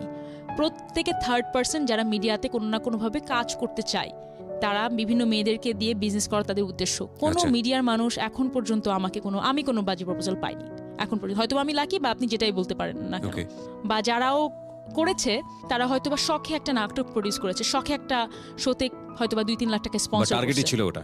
টার্গেটই ছিল এটা। আমি এই কারণে বলছি, যারা ব্যবসা করে খাবে তারা একটা মেয়ের জন্য তাদের পুরো ব্যবসাটা নষ্ট করার মতো পাগল খুব কম আছে, বাট খুবই কম। আচ্ছা, তো আমি প্রস্তাব তো পাচ্ছিলেন ফারুকের সঙ্গে পরিচয় হ্যাঁ, ছিল। তো ফারুকের সাথে তখন পরিচয় হলো। এদিকে 2008 সাল চলে আসছে, তখন 2008 সাল অলরেডি। পড়ালেখা, ফারুক, ফ্যামিলি। আচ্ছা, বাই দ্য ওয়ে, এই এত দিনে আমার আব্বা কিন্তু আমার সাথে একবারও কোনো কথা বলেনি, কমিউনিকেট করেনি, যোগাযোগ করেনি। ঈদে হয়তো বা গিয়েছি কয়েকদিনের জন্য, আমি খুলনায় গিয়েছি, আমার সাথে কেউ কথা বলে না। আমার আম্মা শুধু আমার সাথে কথা বলে, আমার সাথে বাকি সব কেউ কথা বলে না। ঈদের যে জামাও দেয় না, ঈদের জামাও দেয়নি? না, ঈদের জামা তো দেয়ই না, প্রশ্নই ওঠে না। আমি কিন্তু ছোটবেলা থেকে আমার আব্বা কিন্তু আমাদেরকে, আমি যেহেতু প্রথমেই বলেছিলাম, হ্যাঁ, অসাধারণ ভাবে মানে সাপোর্ট দিয়ে বড় করেছে, সাপোর্ট ভাবে বড় করেছে। ঈদের জামাও তো দিত না, আর আম্মার তখন অত টাকা নাই, কলেজের ফিটি দিয়ে ঈদের ড্রেস দেবে, তাহলে পরের মাসে কলেজের ফি দিতে পারবে না সে। আর এরকম সিচুয়েশনে বাড়ি যেতে ইচ্ছে করতো? কি করবো, ঢাকায় তো কেউ নাই আপনার তখন। আর তখন আমাকে একটা ফটোগ্রাফার এদিকে ডিস্টার্ব করতেছে, এইদিকে আমার ফারুকের সাথে তখন নতুন পরিচয়, ফারুকও তখন বিদেশ থাকতো। এদিকে উল্টাপাল্টা মাঝে মাঝে প্রপোজাল, মিডিয়াতে তো কাজও নাই সেরকম, আর কাজ থাকলেও ফ্রি কাজ। ওকে, সো কি করব আমি, না গিয়ে তো আর উপায়ও নেই। পেইং গেস্ট হিসাবে একটা বাসায় আমি থাকতাম, তারাও চলে যাবে, আমার তো বাসায় যাওয়াই লাগবে, I don't have any option. বাসায় যখন যেতাম কেউ কথা বলতো না, সবাই সালাম করতো, আমি সালাম করতে লজ্জা পেত, সালাম করলে আমার সাথে কেউ কথা বলে না, আমি সালাম করলে জাস্ট অন্যদিকে তাকায় থাকবে বা এরকম কিছু একটা করতো সবার সাথে, যেটা হতো। আমার বড় বোন কথা বলতে পারে না, বাট অতিরিক্ত আমার থেকে মাথায় বুদ্ধি রাখে, সেও আমার আব্বা বা সবার মতো ওরকম ইয়েতে, সেও আমার সাথে খুব একটা কোনো কিছু না, except my mother. Every time I mentioned, আম্মা ছাড়া পুরানো জামা পরে থাকতাম, একটা জামা পরে ঘুরে বেড়াতাম, মানে কিছু তো একটা করা লাগবে না। আমিও তো ছোট ছিলাম তখন। কয়েকদিন পর আবার চলে আসলাম কলেজে, আবার ফিরলাম, ব্যাক করার পরে এইদিকে আরও কিছু মেন্টাল প্রেশার, তখন একটু একটু করে মডেলিংয়ে কাজ করা স্টার্ট করলাম, র্যাম্পে কাজ করা স্টার্ট করলাম। র্যাম্পে কেন কাজ করা স্টার্ট করলাম, বিকজ র্যাম্প নিয়ে কিন্তু বুঝতামও না, খুলনা থেকে এসে র্যাম্প কি জিনিস বা এরকম কিছু। লম্বা ছিলাম, নাটকের প্রপোজাল যারা দিত তারা দেখা যেত কি ম্যাক্সিমাম ওই থার্ড পার্টি এসে প্রত্যেকে নোংরা কথা বলতো, প্রত্যেকে থার্ড পার্টি, বিকজ আমি তো কাউকে চিনি না। একটা ভালো ডিরেক্টর, একটা প্রডিউসারের সাথে আমার পরিচয় হওয়ার কোনো আমি যদি কারণই নেই। স্পেসিফিকলি যাই আমাদের লিসনারদের বোঝার জন্য, অফারটা কিভাবে আসতো, মানে একদম একটা এক্সাম্পল দিয়ে যদি আপনি বুঝাই দেন। আমি আপনাকে বলি, মনে করেন আমাকে বলতো কি যে আপনি কাজ করবেন, আপনি একটা নাটক আছে কাজ করবেন, আমি বলি হ্যাঁ করবো। ও আচ্ছা ঠিক আছে, তাহলে তো আমাদের এরকম একটা যে প্রডিউসার বা যে ডিরেক্টর তার সাথে একটু থাকা লাগবে, আপনার আসেন। আপনি প্রথমে কিন্তু বুঝতামও না থাকা লাগবে মানুষটা মানেটা কি, থাকা লাগবে মনে করেন আপনি আমার সাথে আসবেন বা কিছু একটা করবেন, থাকা লাগবে মানেটা কি, এরকম করে কথা স্টার্ট করতো। পরের দিকে আমি বলতাম, পরের দিকে ঘাট তারা হয়ে গেলাম, কি থাকা লাগবে মানে কি বলেন, আপনি এক্সপ্লেন করেন, আপনার মুখ থেকে আমি শুনতে চাই কি বলবেন। তখন গালিটা দিতাম।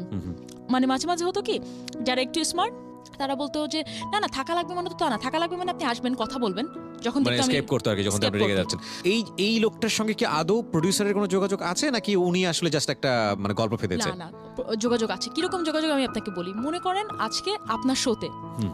আপনি খুবই ফেমাস একটা মানুষ, আপনার আপনার এখানে ফেসবুকে ফলোয়ার অনেক, একটা লোক হয়তো বা এসে বলল একটা মেয়েকে, আপনাকে একটা চেনে, কোনো না কোনোভাবে আপনাকে একটা লোক চেনে, আপনার বাসার পাশে থাকে, ওকে। আপনিও তাকে চেনেন। হ্যাঁ। আপনাকে এসে বললো, ভাই আমি তো একটা মেয়ে আরজে পাইছি, একটা মেয়ে ভালো কথা বলতে পারে, আরজে মনে হয় ভালো হতে পারবে। আপনি কিন্তু অবশ্যই তাকে বলবেন যে আচ্ছা ঠিক আছে আমার অফিসে নিয়ে আসো, দেখি যদি ভালো হয় তাহলে আমি হয়তো বা একটা জব দিতে পারি ওকে। প্রথম।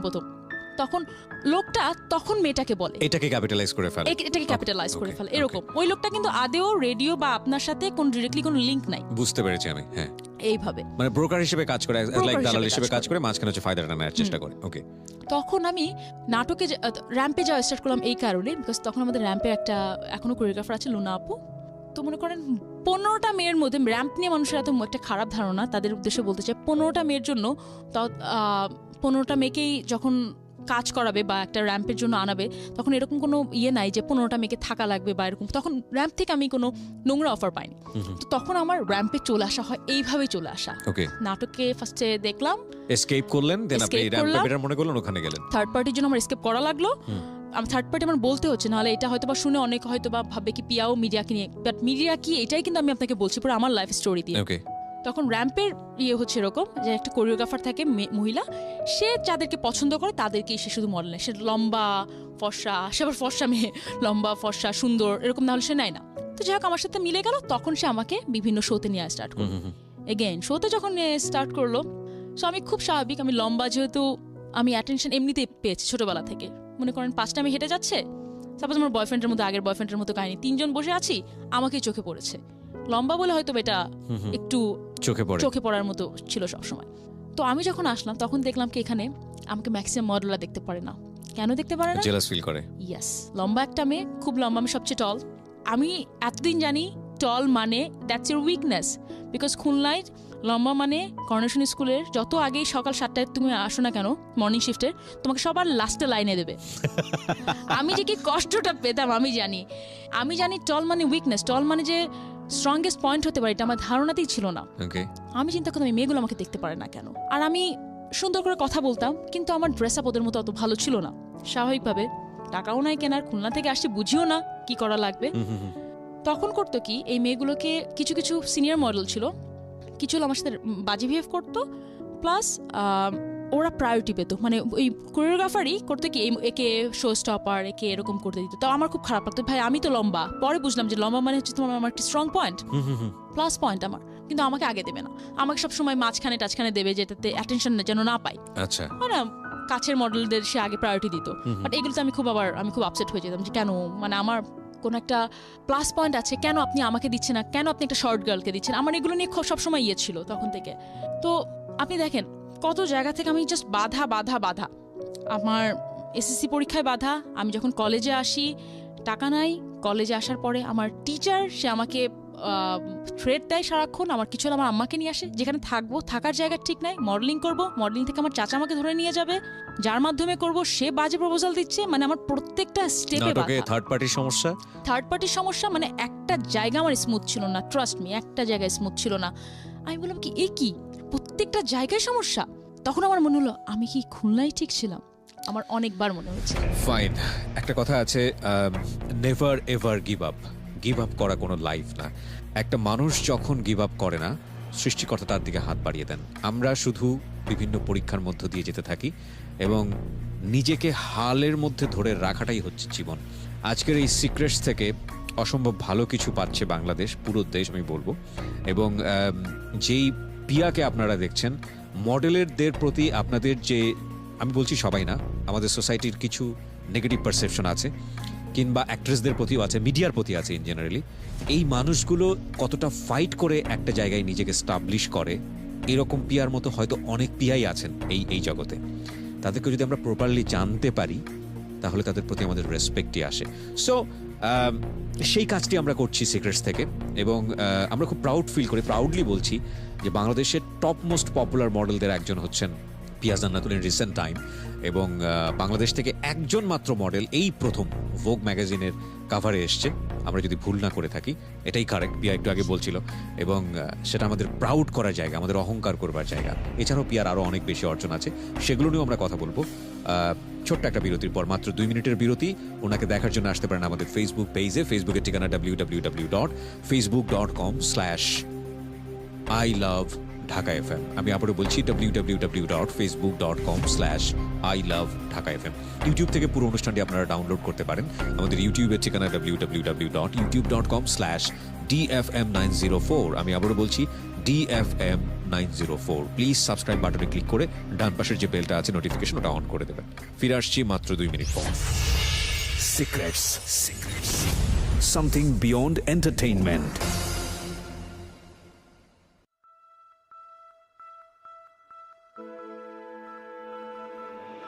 Love. Hate. Challenge. Motivation. Lies. Truth. Impossible. Virtue. Morality. Something beyond entertainment. Welcome to my stage of reality. Stay tuned. Sunday and Wednesday with me RJ Kibriya, only on Dhaka FM 90.4.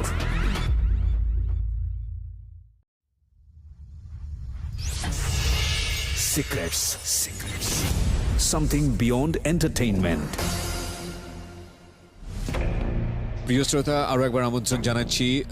আপনারা শুনছেন secrets, Dhaka FM 90.4-এ। আমি আরজি কিবরিয়া রয়েছে আপনার সঙ্গে, এবং finally যে কথাটা বলবো সেটা হচ্ছে যে সিক্রেটস এবং জীবন গল্প, যে দুটো অনুষ্ঠান ঢাকা FM-এ আমার প্রচারিত হচ্ছে, এই দুটো অনুষ্ঠান নিয়ে এবারের বইমেলায় আসছে ওয়ান অফ দ্য বিগেস্ট, আমি বলবো যে কন্ট্রিবিউশন ফ্রম ঢাকা FM, সেটা হলো আমার এই বইটি আসছে আরজি কিবরিয়ার সিক্রেটস এবং জীবন গল্প। এবং এই প্রথম, আমি যতদূর জানি, যদি ভুল না করে থাকি, কোনো রেডিও স্টেশন দুটো সাকসেসফুল অনুষ্ঠানের কন্টেন্ট এক করে একটা বই করেছে, এবং খুবই সহজলভ্য, কারণ আমরা সারা বাংলাদেশের কথা মাথায় রেখেছি।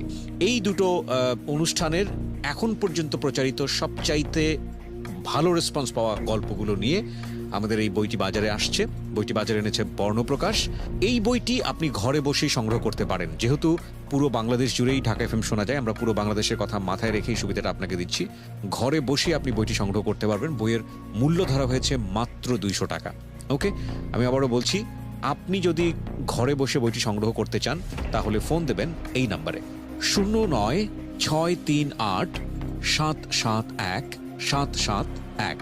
আবারও বলছি 0963871771।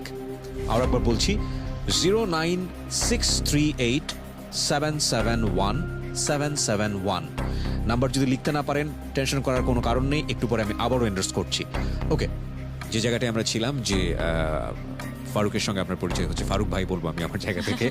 এবং যেটা হলো যে আপনি খুব স্ট্রাগল করছেন, র্যাম্পে গিয়ে আপনি একটা সমস্যা ফেস করলেন যে আপনাকে প্রিভিলেজ দেওয়া হচ্ছে কম। তারপর আচ্ছা, প্রিভিলেজ দেওয়া হচ্ছে কম, এটারই মধ্যে মানে আমি সব একই টাইমের কথা বলছি, 2008 সালের কথা বলছি। তার মধ্যে মিস বাংলাদেশে নাম দিই। ওকে, আমাদের একটা ফটোগ্রাফি আমার নাম দিয়ে দেয়, দেওয়ার পরে বাই দ্য ওয়ে আমি মিস বাংলাদেশ, তখন মিস বাংলাদেশ হই। আমরা তখন সারা বাংলাদেশের মানুষ জানতে পারি।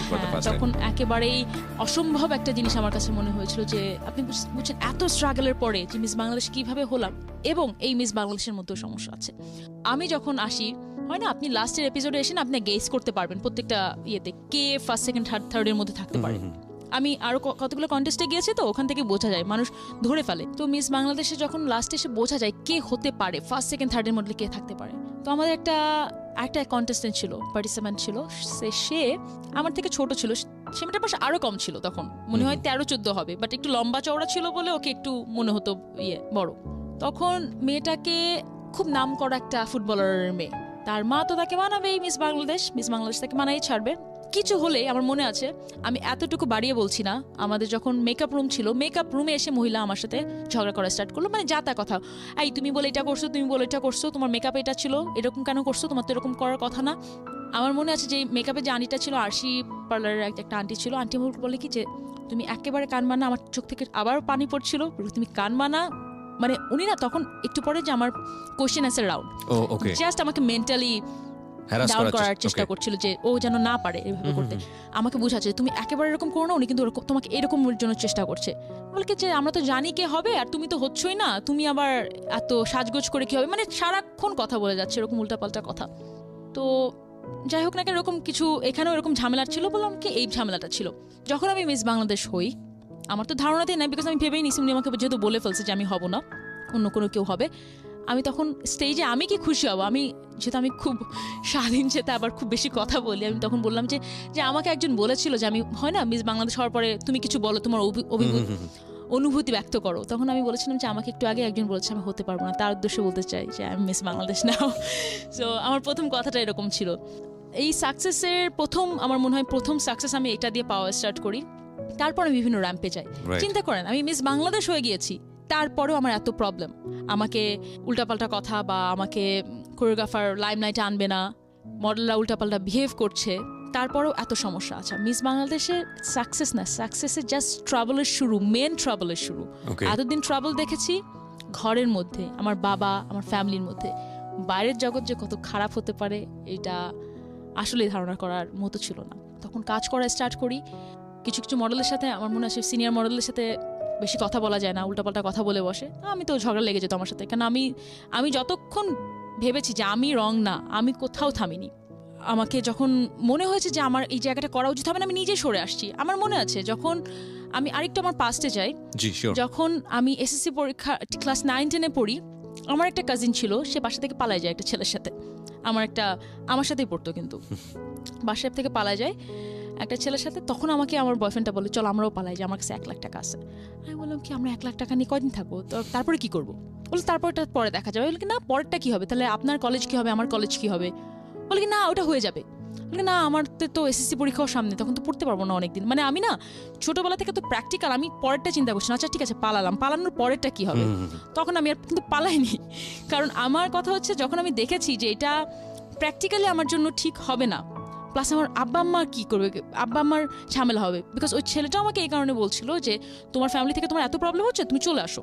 আমি আপনার ফ্যামিলিও তো মিন ওয়াইল, আমি আরেকটু একটা কথা মেনশন করি, এই ছেলেটার মা আমার বাসায় চলে আসে, আমার বাসায় এসে আমার আম্মাকে উল্টাপাল্টা অনেক কথা বলে যে আপনার মেয়ে এটা করে, এবং এই ছেলেটার মাকে আমার ফুপু ফোন করে আনাইছিল, ইচ্ছা করে যাতে আমার মাকে আরো বেশি হ্যারাস করা যায়। যাই হোক, কয়েক বছর আগে প্রথম আলোতে যখন আমার কি একটা ইন্টারভিউ যাচ্ছে, একান্ত সাক্ষাৎকার এরকম টাইপের কিছু একটা, তখন আমি I am very straight forward girl, আমাকে বলেছে প্রথম প্রেম কোনটা, প্রথম সবকিছু এরকম নিয়ে কথা। তাই আমি বলেছিলাম প্রথম প্রেম ছিল এটা। তো তখন সেই দিন দেখার পর কতটুকু চেপেছিল, মানে আমার অনুষ্ঠানে বেশি নাকি ওখানে বেশি? না শুধু প্রথম মানে প্রথম ভালো লাগা কি, প্রথম র্যাম্প কি, প্রথম কাজ কি। ওকে বুঝতে পেরেছি। সো ওখানে ডেসক্রিপটিভ হওয়ার কোনো সুযোগ ছিল না? ডেসক্রিপশন তো প্রশ্নই ওঠে না, আজকে যাই হোক হয়ে গেল। ওকে, ছেলেটার মা আমাকে ফোন দিয়েছিল সেদিন, শি ওয়াজ ভেরি হ্যাপি যে তার ছেলেকে নিয়ে কথা হচ্ছে, প্রথম আলোর মতো পেপারে আসছে এরকম একটা। পিয়া তখন আমার বিয়ে হয়ে গেছে অলরেডি, আমাকে বলছে পিয়া তুমি এরকম মিমোর কথা বলছো দেখলাম। বাই দ্য ওয়ে ছেলেটা কিন্তু আমাকে এখনো মাঝে মাঝে কল দেয়। আচ্ছা, এখন পর্যন্ত মাঝে মাঝে কল দেয়, হঠাৎ করে মনে করেন 6 মাস বা 1 বছর পর হঠাৎ করে 2বার কল দেবে। ওই ফার্স্ট লাভ এখন পর্যন্ত বেচারার সেরা মিস্টেক ছিল অন্য মেয়েদের সাথে দেখা করা। এখন পর্যন্ত আমি শুনলাম ও পড়ালেখাও কিন্তু কন্টিনিউ করেনি ছেলেটার। Okay, by the way I am lawyer now. হ্যাঁ আমরা সেটা জানি হ্যাঁ। সো ছেলেটার মা যখন আমাকে বলে, আমি শুধু চিন্তা করছি না আমার আম্মাকে এই মহিলা আমার বাসায় এসে কি অপমানটাই না করছে। আম্মু আমাকে বলে তুমি আমার নাম্বার দাও, আমি মহিলাকে আমি কথা শোনাবো। আমি বলি না আম্মা cool down, you are the ultimate successful woman, তোমার মেয়ে আজকে তুমি যা যা চাইছো হয়ে গেছে। বাই দ্য ওয়ে আমি যদি আরেকটু সামনের দিকে আগাতে চাই এই জায়গাটা থেকে, কারণ ভোগ ম্যাগাজিনে আসার আগ পর্যন্ত আরও বেশ কয়েকটা সাকসেস আছে আমরা যেটা জানি, যে আপনি র্যাম্পেও একটা সময় খুব ভালো করলেন, এবং তারপরের স্টেপগুলো আসলে কি আপনার মুখ থেকে একটু শুনি। আমি এটা একবার বলে যাই, আমার সাকসেস বেশ কিছু আছে। মিস বাংলাদেশ হই, টপ মডেল অফ দ্য ওয়ার্ল্ডে যাই ইজিপ্টে, মিস ইন্ডিয়ান প্রিন্সেস ইন্টারন্যাশনাল হই রাইট, বম্বেতে। ওই সময়টাতে একটা ছবি নিয়ে মোটামুটি শোরগোল পড়ে গিয়েছিল সারা Yes, দেশে, ওইটা নিয়ে আসবো আমি, ভেরি নিয়ে আসবো। ডেসপারেট একটা পিকচার, এবং Yes. রাইট ওইটা নিয়ে আমার মনে হয় আপনার খোলামেলা কথাই বলা ওটা উচিত। নিয়ে আমি কথা বলবো। আমি জাস্ট 2008 পর্যন্ত আছি তো, ওকে ওকে ওইটা হচ্ছে 2013 কথা। রাইট সো 2008-এ যখন এরকম সমস্যা হলো, এরকম অনেক সমস্যা হওয়ার পরে মিস বাংলাদেশও হয়ে যায়। 2009-এ এরকম এরকম স্ট্রাগলের মধ্যে দিয়ে চলতে আছে 9-এ। তারপরে 9-এর দিকে তখন আমার ফারুকের সাথে খুব ভালো ওকে রিলেশন। তখন কোনো একটা লোক, কোনো একটা খুবই পাওয়ারফুল লোক কোথায় আমাকে দেখছে আমি জানি না, ফোন দেওয়া স্টার্ট করলো। কোথায় যায় না যায়, আমার 2বার দেখা হয়েছে এগেইন কাজের কথা বলে, আমি আপনাকে একটা জব দেবো, আপনি জবের জন্য আমার অফিসে আসেন। খুবই পাওয়ারফুল লোক, মানে আমি নাম তো বলতেই পারবো না, বাট খুবই পাওয়ারফুল লোক। সো সেই লোক আমি যেখানেই যাই বলে কি যে আপনি তো এখানে আছেন, মানে আমি জানি আমার কন্টিনিউয়াসলি আমার আশেপাশে লোকজন ঘোরাফেরা করছে, আমি বুঝতে পারি। দেখা না করতে চলে বলো কি আপনার বয়ফ্রেন্ড আছে না, তাকে কিন্তু দেখে নেবো। আবার ভয় পেয়ে গেলাম, আচ্ছা ঠিক আছে কি সমস্যা, আমার বয়ফ্রেন্ডের ক্ষতি করবে মানে। দেখা করলাম আবার। তো কিছু আপনারা কেউ একটা মুভি দেখছেন ডার, শাহরুখ খানের? ঠিক আমার ডার দেখলে ওই মুভিটার মানে আমি লোকটার কথা হলে আমার এইটা মনে পড়ে ভিলেন যে ক্যারেক্টারে ছিল। হ্যাঁ, এত অবসেসড হয় না, উল্টাপাল্টা কিছু না, কিন্তু এরকমও না যে আমাকে উল্টাপাল্টা কোনো কিছু করার জন্য ডাকতেছে। সে জাস্ট আমার সাথে কথা বলবে, পরে এসে বলে কি আমাকে বিয়ে করবে, একটা ম্যারিড লোক, বলে কি যে আমার প্রথম বউ থাকবে, আপনিও থাকবেন, কি হবে। মানে আমি আরো বলি, তার ওয়াইফও আমাকে ফোন করে, বলে কি যে না আমরা দুইজন একই সাথে থাকবো, সমস্যা কি, কোনো সমস্যা হবে না। তার মানে বউ এত আমাকে ফোন ক্রেজি দিয়েছে হয়ে গেছে সে আসলে। বিকজ তার বউ হয়তো ভাবছে যে সে হয়তো ভাবছে তার বউকে দিয়ে বলালে হয়তো আমি মানবো, এবং তার বউ বাধ্য হয়েছে, মানে বউ এতটাই বাধ্য হয়েছে, বউ আমাকে ফোন করতে বাধ্য হয়েছিল। তখন এইটা আমি খুব ইজিলি 30 সেকেন্ডে বলে দিলাম, but it's a it long was story. not that easy yeah for আমি me. বুঝতে পেরেছি, আমি ইটস লং জানি, স্টোরি। আমি একটা মেয়ে ঢাকায় থাকতাম, একটা জায়গায় থাকতাম, সেখানে যদি সারাক্ষণ মানুষ ফলো করে, সেই বাসায় থাকতাম, সেই বাসার মহিলারাও ভয় পেত যে কি হচ্ছে পিয়া, তোমার সাথে কে দেখা করতে আসতেছে, এই বাসার বাইরে এত গাড়িকে, এটাকে। সো যাই হোক, আমরা একটা মানে- কাজ করি, নামটা ফ্ল্যাশ করে দিই এবং এটা একটা $1 মিলিয়ন এপিসোড হয়ে যায়। না নো, আমি এই কথাটা এই কারণেই বলেছি যে আমরা সিক্রেটস কিংবা জীবন গল্প অনুষ্ঠানে সবসময় এই ডিসক্লেইমারটা দিই। আমাদের এই অনুষ্ঠানগুলো কাউকে হেও করার জন্য না, একদম উইথ ডিউ রেসপেক্ট এভরিবডি। আমাদের মূল কাজটা হচ্ছে চ্যালেঞ্জটাকে ফোকাস করা কিংবা সিক্রেটসটাকে তুলে নিয়ে আসা, যাতে করে আপনি আপনার জায়গাটা থেকে একটা লেসন নিতে পারেন। আমাদের এই অনুষ্ঠানে কাউকে যদি হাইলাইট করতে হয়, কাউকে যদি সম্মান জানাতে হয়, সেটা হচ্ছে এখানে যারা গেস্ট হয়ে আসেন তাদেরকে। এছাড়া কেউ স্পেশালি হাইলাইট হোক বা কেউ ডিপ্রাইভ হোক, কেউ বা কালার হোক, সেটা আমাদের অনুষ্ঠানে সচেতনভাবেই আমরা চেষ্টা করি যাতে কোনোভাবে না হয়। সুতরাং এখানে পিয়া বললেও আমরা তাকে এভাবে প্রচার করতাম না। অবশ্যই যে আমি চাই না, ইনফ্যাক্ট এর মধ্যে আমার না, জামাই, আমার মনে হয় যে অনুষ্ঠানটা শুনছে সে ভয় পেয়ে যাবে, যে ভাবছে আমরা কখন বলে নাম বলে দিই। না, না, কোনো উই উইল নট ডু নাম-টাম- দ্যাট ব্রো। হ্যাঁ, কোনো নাম টাম চাইও না আমি। তারপরে দেখেন, আমি হয়তো আমার জন্য খুব টাফ টাইম ছিল, বাট এটাকে আমি নেগেটিভলি না ধরে আমি খুব সুন্দর করে হ্যান্ডেল করে, ইগনোর করে, একটা টাইমের পর আমাকে বিয়ের কয়েকদিন আগে আমাকে ফোন দিয়েছিল। আমি তখন বলেছিলাম যে প্লিজ আমাকে আর এরকম করেন না, আমি বিয়ে করতেছি, আমাকে শান্তিতে থাকতে দেন, আপনার জন্য আমি ভয়ে বের হতে পারি না। He is that much powerful. Yes, তো শুধু তার ওকে, কথা বলবো অনুষ্ঠান না। শেষ হলে আপনি আমাকে একটু বলেন। নো, আই এম তো জাস্ট কিডিং, এটা নট তো মনে ইন্টারেস্টেড। করেন একটা পাওয়ারফুল Yeah, বিজনেসম্যানের I কথা know বলি। that, আমি I যদি know এখন কোনো ক্রিকেট প্লেয়ারের নাম বলি তাহলে I তো know হয়তো বা বোম ব্লাস্ট হবে। So Okay. আমি যেটা কিবরিয়া ভাই বললো, আমরা প্রত্যেকের জায়গা থেকে প্রত্যেককে Everybody সম্মান has করতে secret, চাই। of course. এবং দেখেন, একটা ছেলে যদি আমাকে 2বার ফোন দিল বা আমাকে পছন্দ করতো, সে হয়তো বা আজকে নাম করা একটা প্লেয়ার, বা আমিও আমার জায়গা থেকে আছি, খালি তার লাইফ ভালো আছে, আমার লাইফ ভালো আছে Right. বলে নষ্ট করার নো, এটা কোনোভাবে এবং আমাদের সোশ্যাল মিডিয়াতে এই জিনিসটা খুব বেশি হচ্ছে, খুব বেশি এবং হচ্ছে। খুব নোংরামও হচ্ছে। এত খারাপ লাগে এই জিনিসগুলো দেখলে, যে কারো একটা পার্সোনাল চ্যাট কিংবা কারো একটা আইডি Screenshot হ্যাক দিয়ে করে দিল। স্ক্রিনশট কেন? দিয়ে, ভাই কি মানে রুচি, নিজেদের রুচি কতটা নিচে নামলে আমরা এই ধরনের কাজ করতে পারি। We just making fun, but আমরা এটা বিলিভ করি everybody has secrets. Without his or her permission এটা রিভিল করার কোনো এখতিয়ার আমাদের কোনো নাই। একেবারেই না। আর আমি দেখেন, আমি এটাও বলছি, একটা ছেলে আমাকে পছন্দ করতো, Right. 2টা ফোন দিয়েছিল, এটার জন্য আমি আজকে তাকে মানে হেও করবো? Right. একেবারেই না। সেটা তো প্রশ্নই আমার ওঠে সাথে না। খারাপ কিছু। যেমন আমিও বললাম যে আমিও একটা ছেলেকে পছন্দ করতাম, হয়তো বা আমার বয়ফ্রেন্ড তখন মানে ফারুক তখন ছিল, ফারুক না থাকলে হয়তো বা তার সাথে আমার একটা প্রেমের কিছু একটা হতেই পারতো, হ্যাঁ। হতে পারতো। বাট জাস্ট বিকজ হয়নি বলে তাকে এখন ছোট করবো, এটা তো Right, করার কোনো right. যুক্তি নাই। যাই হোক, আমি স্ট্রাগলের কথা বলছিলাম, তখন এটা নিয়ে 2013 সাল পর্যন্ত যাই। ওকে, এবং লোকটা আমাকে বলেছিল যে দেখেন, প্রত্যেকের উপরে উঠতে গেলে কাউকে না কাউকে লাগে, গডফাদার লাগে, কেউ কাউকে ছাড়া কিন্তু উঠতে পারে না। আপনি যে এত কষ্ট করলেন, এই 3-4 বছর হয়ে গেল, আমাকে আপনি করে বলতো, 3-4 বছর হয়ে গেল, 2012 বা 13 সালের দিকে বলেছিল। আপনি কিন্তু এই জায়গায় থাকবেন, আপনি কিন্তু বেশি দূর যেতে পারবেন না আপনি যদি কাউকে না কারোর সাপোর্ট নেন। আমাকে এভাবে বলেছিল। আমি বললাম কি দেখেন, সাপোর্ট হয়তো বা লাগে, আজকে আমি এখানে এসে কথা বলতে পারতাম না যদি আপনি না থাকতেন। এইটাই একটা সাপোর্ট। জাস্ট সাপোর্টের জন্য কারোর সাথে আমার একটা রিলেশনশিপে যাওয়া লাগবে, আমি এটা বিশ্বাস করিনি। হ্যাঁ, আমার কিছু কিছু সময় মনে হয়েছিল কিবরিয়া ভাই আপনি যখন অনুষ্ঠানের শুরুতেই বললেন যে কেউ কারোর স্ট্রাগল শুনতে চায় না, সবাই কিন্তু দেখতে চায় কতখানি সাকসেসফুল। এক্স্যাক্টলি। আমি আজকে দেখি কিছু কিছু অ্যাক্ট্রেসরা, মুভি অ্যাক্ট্রেসরা খুব ভালো ভালো জায়গা আছে, মাশাআল্লাহ, অল অফ খুব ভালো জায়গা আছে। আই রিয়েলি অ্যাপ্রিশিয়েট ইট। আমি চিন্তা করি আমার একটা জায়গা নিয়ে এখনো রিগ্রেট আছে, সেটা হচ্ছে মুভি। আমি 3টা মুভি করেছি, বাট আমি কোনো ভালো মুভি করতে পারছি না। হয় না, আপনি যদি বলেন যে ক্যারিয়ারে আপনার কোন জায়গাটা এখনো পছন্দ, আপনি ওখানে যেতে পারেন, আমি বলবো মুভির কথাটা, আমি এখনো যেতে পারিনি। কিন্তু কেন? আমি যদি আজকে জাস্ট বিকজ বলে ফেলি যে জাস্ট আমি কোনো গডফাদার পাইনি, খালি খালি মানুষকে এটা বলার থেকে আমি জানি এটা বলে কেউ কিন্তু এই বলেই শুনেই এখানে হারিয়ে যাবে কথাটা। রাইট। মানুষ আমার সাকসেসের স্টোরি শুনতে চাই, যে আজকে সাকসেসফুল বলে আজকে স্টোরিটা শুনতে চাই, কি স্ট্রাগল দিয়ে আসছি, রাইট, বা কে কি করেছে এটা কেউ একেবারে জানতে চায়। মানে স্ট্রাগল স্টোরি সবার লাইফেই আছে, কিন্তু স্ট্রাগল স্টোরি মার্কেটে তখন পর্যন্ত ভায়াবল না যতক্ষণ পর্যন্ত ওই মানুষটা সাকসেসে লাগে না। হ্যাঁ, না, সো সাকসেসফুল হলেই কেবলমাত্র মানুষ এটা শুনতে চায়, নইলে ওই স্ট্রাগল সবার লাইফেই কমন। আপনি একটা পর্যন্ত খুব 1 বছর যবে হোক তাকে ট্যাকল করলেন, করার পর আপনি বিয়ে করতে যাচ্ছেন ফারুক ভাইকে। 1 বছর না, সে আমাকে বেশ 2-3 বছর সমস্যা করেছে। ওকে ওকে। ফারুকের সাথে কিন্তু আমার রিলেশনশিপ আছে তখনও। ফারুকের সাথে ফারুক ভাই এই ব্যাপারটা কি জানতো? হ্যাঁ, of course. So how He knows do he everything. Manage? ও নিজেই একটা টাইমে ভয় পেয়েছিল, নিজে একটা টাইমে বললো যে তুমি এরকম একটা আচ্ছা তাহলে আমি powerful ভাগি, লোকের তুমি সাথে- থাকো, আমি চলে যাই।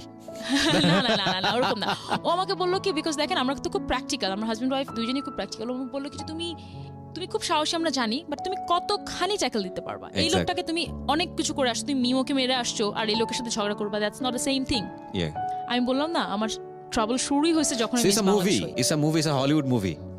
Actually, it's a Hollywood movie. যেটা হয় প্রথম একটা ছোট মারে, তারপরে ভয়াবহটা লাস্টে দেখায় শেষ হয়। আমরা ভয়াবহতা জায়গায় চলে আসছি এখন। ওকে। আসলেই তারপরে বাই দ্য ওয়ে আমাকে তখন বলছিল যে গডফাদার ছাড়া চলতে পারবা না, এটা অনেক কিছু বলার পর বলে কি যে আপনার সাথে আমার আজ হোক কাল হোক দেখা হবে, তখন দেখবো আপনি কোথায় আছেন। আমি জানি তার সাথে আমার দেখা হয়নি, কথা হয়নি, আর সে দেখছে আমি কোথায় আছি। সো সে কখনোই ভাবেনি আমি পড়াশোনা কমপ্লিট করতে পারবো, আমি লয়ার হতে পারবো, আমি মিডিয়াতে এত সাকসেসফুল হতে পারবো। রাইট। আমি আরও কথা একটা বলি, সেই লোক যখন বিভিন্নভাবে আমাকে পোক করা স্টার্ট করলো, কোনো একটা লোককে, একটা মিডিয়ার একটা লোককে, মিডিয়া তো সবাই তো আর ভালো না, আমি আপনাকে ম্যাক্সিমামের কথা বলেছি যে ম্যাক্সিমামই গুড পিপল, বিকজ কেউ একটা জাস্ট মেয়ের জন্য তার পুরো বিজনেসটা নষ্ট করবে। ইনফ্যাক্ট সেটা সব জায়গার সিনারি, সব জায়গার সিনারিও। তো একটা লোক তার কাছে গিয়েছে, কোন একটা ম্যাগাজিনের, একটা খুবই লো ক্লাস একটা ম্যাগাজিনের একটা লোক, তো বলছে কি যে সে লোক বিভিন্ন মেয়েদের ছবি নিয়ে যাচ্ছে, আপনার কাকে লাগবে বলেন, ওই লোকটার কাছে সামহাও ওখানে আমার ছবি পেয়েছে, তো বলে কি যে একে আনতে পারবেন? হ্যাঁ, কোনো ব্যাপারই না। তো লোক হাসতেছে, বিকজ ওই লোকটা জানে যে আমি কতখানি জেদি, কতখানি একরোখা, কতখানি honest. He knows it, because নাহলে তো আমি এত পয়সাওয়ালা একটা লোক বিয়ে করতে যাচ্ছে, তার কাছে তো থাকতে পারতাম, তাই না? আমার তো নাহলে এত কষ্ট করে আমার এত কিছু করা দরকার ছিল না। তখন বলি হ্যাঁ এখনই পারবো, 1 ঘন্টার মধ্যে এনে দিচ্ছি। এখন ওই লোকরাও কিন্তু জানে কারা কি করে, কারা কি করে না। ওই লোকটা বললো কি যে না এটা তো নাই স্যার, আপনি অন্য একজনকে না, ও নাই, দেশে নাই, ও তো কোনো বিদেশেই যায়নি। এটা মনে হয় না, এটা কবেকার কথা, 2010-11 কথা হবে, বা তখন আমি বিদেশে গিয়েছি বা যাইনি, এরকম একটা। বললো না ও তো কোনো বিদেশেই যায়নি বা কোথাও যায়নি, ও বিদেশে গেছে, মানে আপনি নিয়ে আসেন, ও করে নিয়ে আসেন, আমার ওকেই লাগবে, এরকম। তো যাই হোক, ও যখন আনতে পারলো না, একটু পরে আমাকে কিন্তু লোক ফোনও দেয়নি, ওই ম্যাগাজিনের লোকটা কিন্তু ফোনও দেয়নি, because he knows what type of girl I am. তখন লোকটাকে বাথরুমে আটকায় রাখলো, বাথরুমে আটকায় রেখে আমাকে ফোন দিছে। তখন বলে কি আপনি বলে আসলেই চলে আসবেন। তো যাই হোক, লোকটা আমাকে পছন্দ করতো, কিছু একটা করতো, এই কারণেই মনে হয় এরকম টিয়ে। তো আমি বলছি কি যে মিডিয়া খারাপ মানুষ আছে, ভালো মানুষ আছে, কম্বিনেশনের কথা বলছি। তার এই লোকটা যদি শুনে থাকে, হয়তো বা শুনবে না, বা কারো না কারোর মাধ্যমে জানবে যে আমি এত কথা বলেছি, আজকে উনিও হয়তো বা দেখছে আমি কোথায় আছি, বা উনিও কোথায় আছে।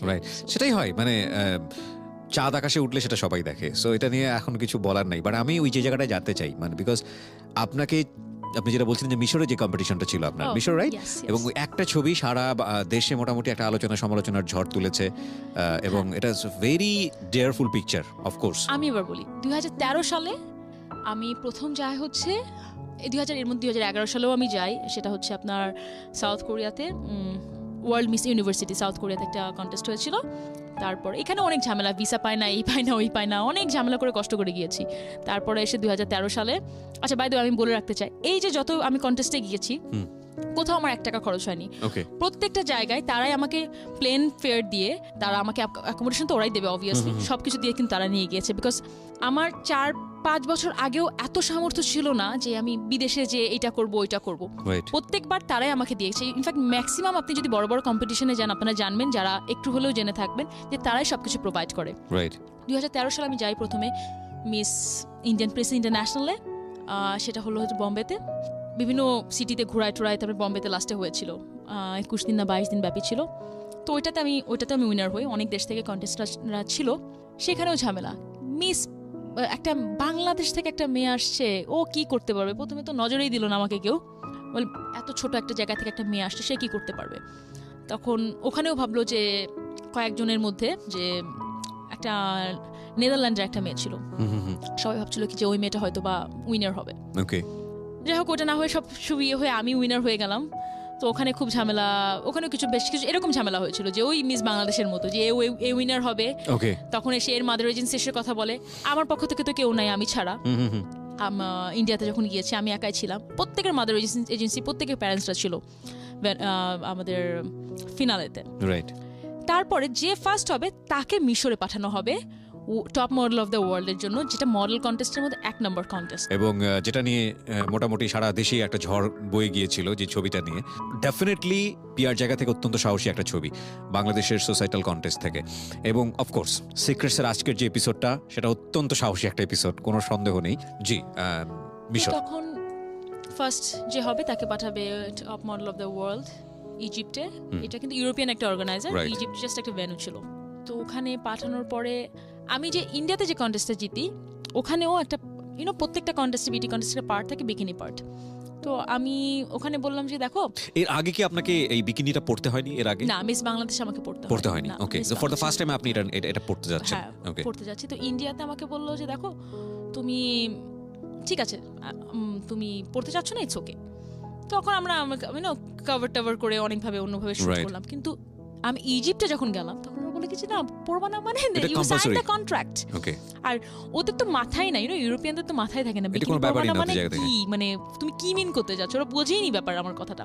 বলে তুমি you sign the contract, you have to do it, otherwise you have to pay the penalty. So কন্ট্রাক্টে কি ওখানে ছিল না বিষয়টা আসলে? হ্যাঁ, সবকিছুই ছিল। ওকে, আপনি যখন 20 পাতার কন্ট্রাক্ট পড়বেন তখন অতগুলো পড়ার সময় থাকে না। এটা তো ওটার সাথেও না, এটা তো আমার মিস ইন্ডিয়ান প্রিন্সেস যেটা হলাম ওটার সাথে লিংক, যেটা তো আরো আগে। ওকে, তখন তো কোনো কন্ট্রাক্ট ছিল না। সো এখানে তো ছিল যে ফার্স্ট হবে তাকে এখানে পাঠিয়ে দেব। ফার্স্ট হওয়ার 4 দিন পর আমার ইজিপ্টে যেতে হবে। এটা প্রাইজ মানি কত ছিল? আমি একটা অফ ট্র্যাকে কোশ্চেন করে ফেললাম। কোনো প্রাইজ মানি ছিল না। কোনো প্রাইজ মানি ছিল না, শুধু ইন্ডিয়ান প্রিন্সেস ইন্টারন্যাশনালে আমাকে $3000 দিল ইন্ডিয়ান প্রিন্সেস ইন্টারন্যাশনালে, আর একটা টিভি দিয়েছিল। যে টিভি আনতে যে আমার মানে $700 না $800 ট্যাক্সি দিয়ে দেওয়া লাগছে, বুঝছেন? আর টপ মডেল অফ দ্য ওয়ার্ল্ডের কিছু ছিল না। তো কিন্তু এখানে গেলে হয় কি, আপনি বিভিন্ন প্ল্যাটফর্ম পেয়ে যান। আমি কি প্ল্যাটফর্ম পেয়েছিলাম আপনাকে পরে বলছি। ভোগ টোগ এত কিছু, ওইসব এত কিছুতে যাওয়ার জন্যই হয়েছে, না হলে কখনোই পেতাম না এত প্ল্যাটফর্ম। ঢাকায় থেকে আপনি বাংলাদেশ থেকে কি প্ল্যাটফর্ম পাবেন ইন্টারন্যাশনালি? তো সেই জায়গাটা তৈরি হয়নি এখন পর্যন্ত। ইনফ্যাক্ট মানে বাংলাদেশ থেকে সেই জায়গাটা তৈরি হয়নি। ওকে, আর যেটা বলছিলাম যে যখন ফার্স্ট হলাম, ফার্স্ট হওয়ার একদিন আমার থাকা লেগেছিল, প্রত্যেককে চলে যাওয়া লাগছিল, শুধু ফার্স্ট সেকেন্ড থার্ড ফটোশুটের জন্য একদিন ইন্ডিয়াতে বম্বেতে এক্সট্রা আমাদের একদিন থাকা লেগেছিল। তো ফার্স্ট যখন হলাম 4-5 দিন পর ইজিপ্টের ছিল, মানে হাতে আছে 3 থেকে 4 দিন, একদিন চলে গেল। ঢাকায় এসে ভিসা করে, তখন তো জানেন ভিসা করা মানে এখন আমার এখন 6টা পাসপোর্ট অনেক মোটা এখন।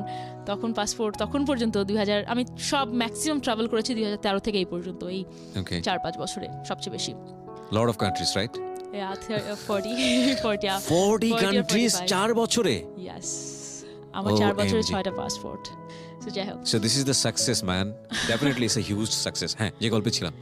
তো তখন আমাকে এসে ভিসা পাওয়া খুবই টাফ ব্যাপার, যে ভিসা কি করে পাবো একদিনের মধ্যে, মানে তখন শুক্রবার শনিবার কি যেন ছিল, একদিনের মধ্যে ভিসা পেয়ে যাব। ভিসা পেলাম, তখন আপনি কি কন্ট্রাক্ট করবেন? আপনি যাবেন আর একটা দেশে কম্পিট করতে, একটা জাস্ট জিতে আসলেন, কি এত পড়বেন? সাইন করছি, মানে আর সাইন তো আমাকে ওখান থেকে করায় নিছে, ইন্ডিয়া থেকে করায় নিছে, সাইন করায় নিছে, এত পড়ার টড়ার সময় নাই কোনো কিছু।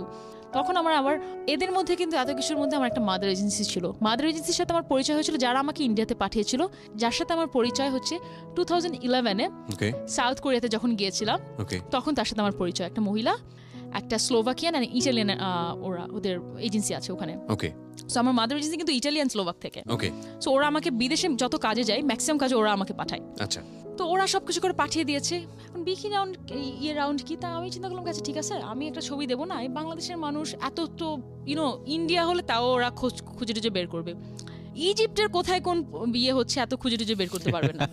সো একটা দিয়ে দিলাম, একটা পরে বসলাম, কোনো সমস্যা না নাই। আমি কোনো ছবি দিইনি, আমি Okay. কোনো ছবি দিইনি, প্রশ্নই ওঠে না কোনো ছবি দেওয়ার। কয় মাস পরে মানে পুরা আমার কন্টেস্ট শেষ। আচ্ছা এই কন্টেস্টের মধ্যে অনেক কাহিনী হয়েছে, কন্টেস্টের মধ্যে আমি আমার লাগেজ হারাই ফেলছি অনেক, মানে যেটাগুলো হয় কন্টেস্টে ওগুলোর কাহিনীতে উই আমি আর না মেকিং যাই। Brief, right? ইয়াস, কয় মাস পরে একটা বিকিনি পিকচার যেটা ছিল স্টেজে হেঁটে আসতেছি আমি, কোত্থেকে পেয়ে সারা সোশ্যাল মিডিয়াতে চলে গেল যে পিয়া এরকম বাংলাদেশের ফার্স্ট মডেল। আপনি এখন পর্যন্ত পিয়া জান্নাতুল দিয়ে সার্চ দেন গুগলে, সবার আসবে। আসে পিয়া জান্নাতুল বিকিনি, সেকেন্ড আসে পিয়া জান্নাতুল হাজব্যান্ড। সো মানুষের অনেক কিউরিওসিটি আমার জামাইকে নিয়ে। আজকের পর থেকে ইনশাআল্লাহ আসবে Pia Jannatul Secrets yes, so for the first time, right? আপনি মিডিয়াতে আজকে যা বলছেন বা দুই থেকে আড়াই ঘন্টা, ফর দ্য ফার্স্ট টাইম এত কিছু কি কোথাও কোনো মিডিয়া জানে? এত কিছু মিডিয়া দেন, এত কিছু কেউই জানে না আমার জামাই ছাড়া। ওকে, আমার আম্মাও অনেক পার্ট জানে। This is my success, this is my people success, যে এখানে যারা আসে তারা দিল খুলে বলে। এবং oh okay, this is my honour actually. Okay বলেন তারপর। 2000, তো ওই ছবিটা নিয়ে সব জায়গায় ভাইরাল হয়ে গেল। যে দেখেন আমি একটা জিনিস এখানে মেনশন করতে চাই, আমি একটা ইন্টারন্যাশনাল কন্টেস্টে যে একটা বিকিনি পরা, আর যেই মেয়েটা নিজে বাংলাদেশের সবটা জায়গায় যার একটা ডিএসএলআর ক্যামেরা আছে, একটা বিকিনি পরে শুট করা এক কথা না। ট্রু, এইটা মানুষ কেউ বুঝবে না। আমাদের এখানে অনেক মডেল আছে, আপনি হয়তো বা আমার নামও বলা দরকার, আপনারা জানেন, যারা বিকিনি পরেই ফেমাস হয়েছে, কোনো কাজ করেনি, ট্রু ট্রু। জাস্ট বিকিনি পরার জন্য ফেমাস হয়ে গেছে। তো মানুষ যখন এদের সাথে আমাকে কম্পেয়ার করে তখন আমার খারাপ লাগে। মানুষ যখন ভাবে যে পিয়া বিকিনি কেন পড়ছে, বাংলাদেশের সোসাইটিতে পড়া উচিত না, আমি একটা জায়গা থেকে তার চিন্তা ভাবনা রেসপেক্ট করে কোথা থেকে আমি আপনাকে বলি, সেই মানুষটা অতটা ব্রড মাইন্ডেড হয়ে পারেনি, বিকজ সে বাংলাদেশের মধ্যে ঘুরেছে। বাংলাদেশের সোসাইটিতে আমাদের যেটা শেখানো হয়েছিল, যেটা আমি খুলনায় থেকে যখন ভেবেছিলাম স্লিভলেস পরা আমার জন্য ভালো হবে না, সো আমি ওই মানুষটারও দোষ দিচ্ছি না, সে অত কিছু জানে না বা অত ব্রড মাইন্ডেড হয়ে পারেনি, সো ইটস ওকে। কিন্তু যখন মানুষ এইটার সাথে এটা কম্পেয়ার করতেছে, একটা ফেসবুকে ডিএসএলআর একটা ক্যামেরাম্যানের সাথে, একটা ছবির সাথে আমার ছবি কম্পেয়ার করে একটা ইন্টারন্যাশনাল প্ল্যাটফর্মে যে আমার ছবি তোলা, তখন আমার খারাপ লাগে। বিকজ আমি কিন্তু ফেমাস হওয়ার জন্য এটা করিনি, আমার বিভিন্ন অ্যাচিভমেন্ট আছে, অ্যাচিভমেন্টের পর একটা জায়গায় একটা কন্টেস্টে, ইন্টারন্যাশনাল কন্টেস্টে ফার্স্ট হওয়ার পর আমি ওখানে গিয়েছি, তারপর একটা ছবি আপনারা কোথা থেকে পেয়ে আপনারা ভাইরাল করছেন, জিনিসটা এক জিনিস না। তো এইগুলো আমি এখনো আমি জানি কিবরিয়া ভাই, দেখেন আমরা যতই বোঝানোর চেষ্টা করি না কেন বুঝবে না। এটা তো আসলে আমার একদিনের এডুকেশন না, একদিনের এডুকেশন, জন্মের পর থেকে আমরা এভাবেই শিখে আসতেছি, জন্মের পর থেকে শিখে আসছি। সেটা আপনি একদিনে আমার আজকে বা আপনার সিক্রেটসের প্রোগ্রাম আপনি চেঞ্জ করতে পারবেন না। চেঞ্জ করাটা বোকামি হবে, জোর করাটা বোকামি হবে, জোর করাটা বোকামি হবে। সো আমি ওই পার্টটা আর না কথা বলি। তো এই ছবিটা নিয়ে অনেক কথা হলো। দেখেন, ও বাই দ্য ওয়ে, আমি তো এখন মেইন কথা এখানে বলিনি। আমার বাবার সাথে আমার ফাইনালি কথা হয় যখন আমি আমার ইন্টারমিডিয়েট পাশ করি, যখন আমি আমার লতে ভর্তি হই। তখন এত কিছুর পরে আমি তো আমার প্রথম থেকে জার্নিটা বলছিলাম, তারপর থেকে আর আমার পুরো ফ্যামিলির সাথে আমার কথা হয় ভালো করে। আমার ফ্যামিলিতে আমাকে দেখি মডেলিং করে বা মিডিয়াতে আছে, বাংলাদেশের মিডিয়া কি মিডিয়া, এইটুকু একটা মিডিয়ায় কাজ করেছি, এটা এভরিবডিজ পারসেপশন। অ্যান্ড মিডিয়া নিয়ে খুব নোংরা পারসেপশন, খুবই নোংরা পারসেপশন। যখন আমি ভোগে যাই, যখন আমি এই দুইটা কন্টেস্টে জিতি, তখন তাদের মনোভাব আস্তে আস্তে চেঞ্জ হওয়া স্টার্ট করলো। Because it's not only in Bangladesh, আমি তো বাংলাদেশের বাইরেও কাজ করছি, এটা ইন্টারন্যাশনাল ব্যাপার হয়ে আছে, প্ল্যাটফর্মে কাজ করছি। যেইটা দেখে তারা যখন ভোগ খোলে, এল ম্যাগাজিন খোলে, যখন খুব ইন্টারন্যাশনাল মডেলের ছবি দেখে, যখন আমার ছবি দেখে, তখন তাদের টনক নড়ে যে না, পিয়াকে যেটা ভাবছিলাম পিয়া সেটা না। এবং তারপরে তারা আরও অ্যাপ্রিসিয়েট করা শুরু করে যখন দেখে কি আমি এলএলবি যখন পড়া স্টার্ট করলাম, রাইট, ইউনিভার্সিটি অফ লন্ডনের আন্ডারে। আর why you choose LLB? আমি পলিটিক্স করতে চাই, আমার ইচ্ছা আছে, মানে এটা just it's my very on secret না, অনেকে জানে, অনেক জায়গায় এসেছে, আমি চাই। ওকে, গুড উইশেস। বিকজ কিছু মানুষ ফলো করে, কিছু মানুষ যারা ফলো করে তাদেরকে শেখায় leadership and management, there is a two things, হয় লিডার হবেন কিংবা ম্যানেজমেন্টে থাকবেন। সো আমি প্রথমটাতে থাকতে চাই। ওকে, বেস্ট উইশেস। অফকোর্স আমরা হয়তো সেদিন দেখতেও পাবো। কত এতদূর আপনি যেহেতু পাড়ি দিতে পেরেছেন, রাইট নাও আপনার এজ কত? 26। সো 26এই যদি এত বড় বড় জায়গায় অর্জন হয়ে থাকে, এবং সেটা আপনি এবং আপনার মা, আমি বলবো আপনি ফাইট করেছেন, আপনার মা এবং উপরওয়ালা তো সঙ্গেই ছিলেন, এই অর্জন তো আর কিছুদিন পরে বা আর কয়েক বছর পরে you can try for this, no problem, ইনশাল্লাহ। সো আমি যে জায়গায় ছিলাম, হ্যাঁ, সবার দৃষ্টিভঙ্গিটা চেঞ্জ হচ্ছিল। হ্যাঁ, আস্তে আস্তে, খুব আস্তে আস্তে। যখন আমি ফারুককে বিয়ে করা ফারুককে যখন ডেট করা স্টার্ট করলাম, তখনও খারাপ, আবার একটা ছেলের সাথে পিয়া পড়ছে, দেখেন আপনি তো 4 থেকে 5 হাজার মানুষের লাইফ স্টোরি শুনেছেন। আমি আপনার ইয়েতে একটা মেয়ের লাইফ স্টোরি শুনে আপনাকে ফোন দিয়েছিলাম, ওই মেয়েটারও আপনি অনেক লাইফ স্টোরি শুনেছেন। আমার এত দিনের, মানে আমি জানি না মানুষ কি শুনবে, বিশ্বাস করবে না করবে, আমার 2টা ছেলের সাথে রিলেশন এত বছরের, মিডিয়াতে থেকে এত বছরে। প্রথমটা তো শুনলেনই, মারটোর দিয়ে আসলাম একেবারে রূপসা ব্রিজে, পরে তো ফারুক। আমিও কিন্তু মনে করছিলাম যে মাঝখানে বোধহয় আরো অনেকেই আছে। না, মাঝখানে কেউ আসার চান্স পাইনি, ফারুক না থাকলে হয়তো চলে আসতো। আমি সেদিন কাকে যেন বলছিলাম যে এত বছরে সিঙ্গেল হওয়ার কোনো টাইমই পেলাম না। 14 বছর বয়স থেকে প্রেম করা স্টার্ট করলাম, তখন তারপর থেকে জীবনে সিঙ্গেলই থাকতে পারলাম না একেবারে। তো ফ্যামিলি পারসেপশন अगेन ফারুককে নিয়ে। হ্যাঁ, তো ফারুককে যখন ডেট করা স্টার্ট করলাম, ফারুক খুবই ডাউন টু আর্থ একটা ছেলে, দেখে আপনার কিছুই মনে হবে না যে জব করছে, ইয়ে করছে, খুবই ভদ্র একটা ছেলে মনে হবে। বাট ওই যে এগেন, আচ্ছা, নর্মাল একটা ছেলেকে ডেট করতেছে, হয়তো বা কিছুই নাই এরকম। তো ফারুক বিবিএ করা আমেরিকা থেকে, এমবিএ করা লন্ডন থেকে, এগুলো কিছুই জানতো না। অ্যান্ড ফারুকদের বর্ণিতে একটা ফারুক টাওয়ার আছে। সো যখন আমার ফ্যামিলি এইটা জানলো যে এডুকেটেড রিচ ছেলে, হয়তো বা রিচ না হলে আমাকে আবার ডাউন করার চেষ্টা করতো। মানে আমি নিজে বড় হতে চাচ্ছি না বা ছোট করতে চাচ্ছি না কাউকে, কিন্তু এইটা আমাদের সোসাইটিতে এইভাবে মানুষকে ট্রিট করা হয়। যখনই দেখে কি একটা শিক্ষিত বড়লোক ছেলেকে আপনি বিয়ে করতে পারছেন, সবার দৃষ্টিভঙ্গি চেঞ্জ হয়ে যাবে আপনার প্রতি। ও আচ্ছা, ঠিক আছে, আপনি কতটুকু অর্জন করেছেন দ্যাটস নট দ্য ফ্যাক্ট, কাকে বিয়ে করেছেন সেটা হচ্ছে ফ্যাক্ট। কাকে বিয়ে করেছি মানে আমার আইডেন্টিটি এখন পর্যন্ত, তখনও তো আমি তো লয়ার হইনি, এখন পর্যন্ত এই যে তার মাঝখানে কিন্তু আমি অনেক কিছু করেছি, কিন্তু ওই যে একটা ছবি আসছে, তাদের মাথা কাটা গেছে, আমার পুরো চাচা ফুপুরা আমার আম্মাকে আবার উল্টাপাল্টা কথা বলা স্টার্ট করলো।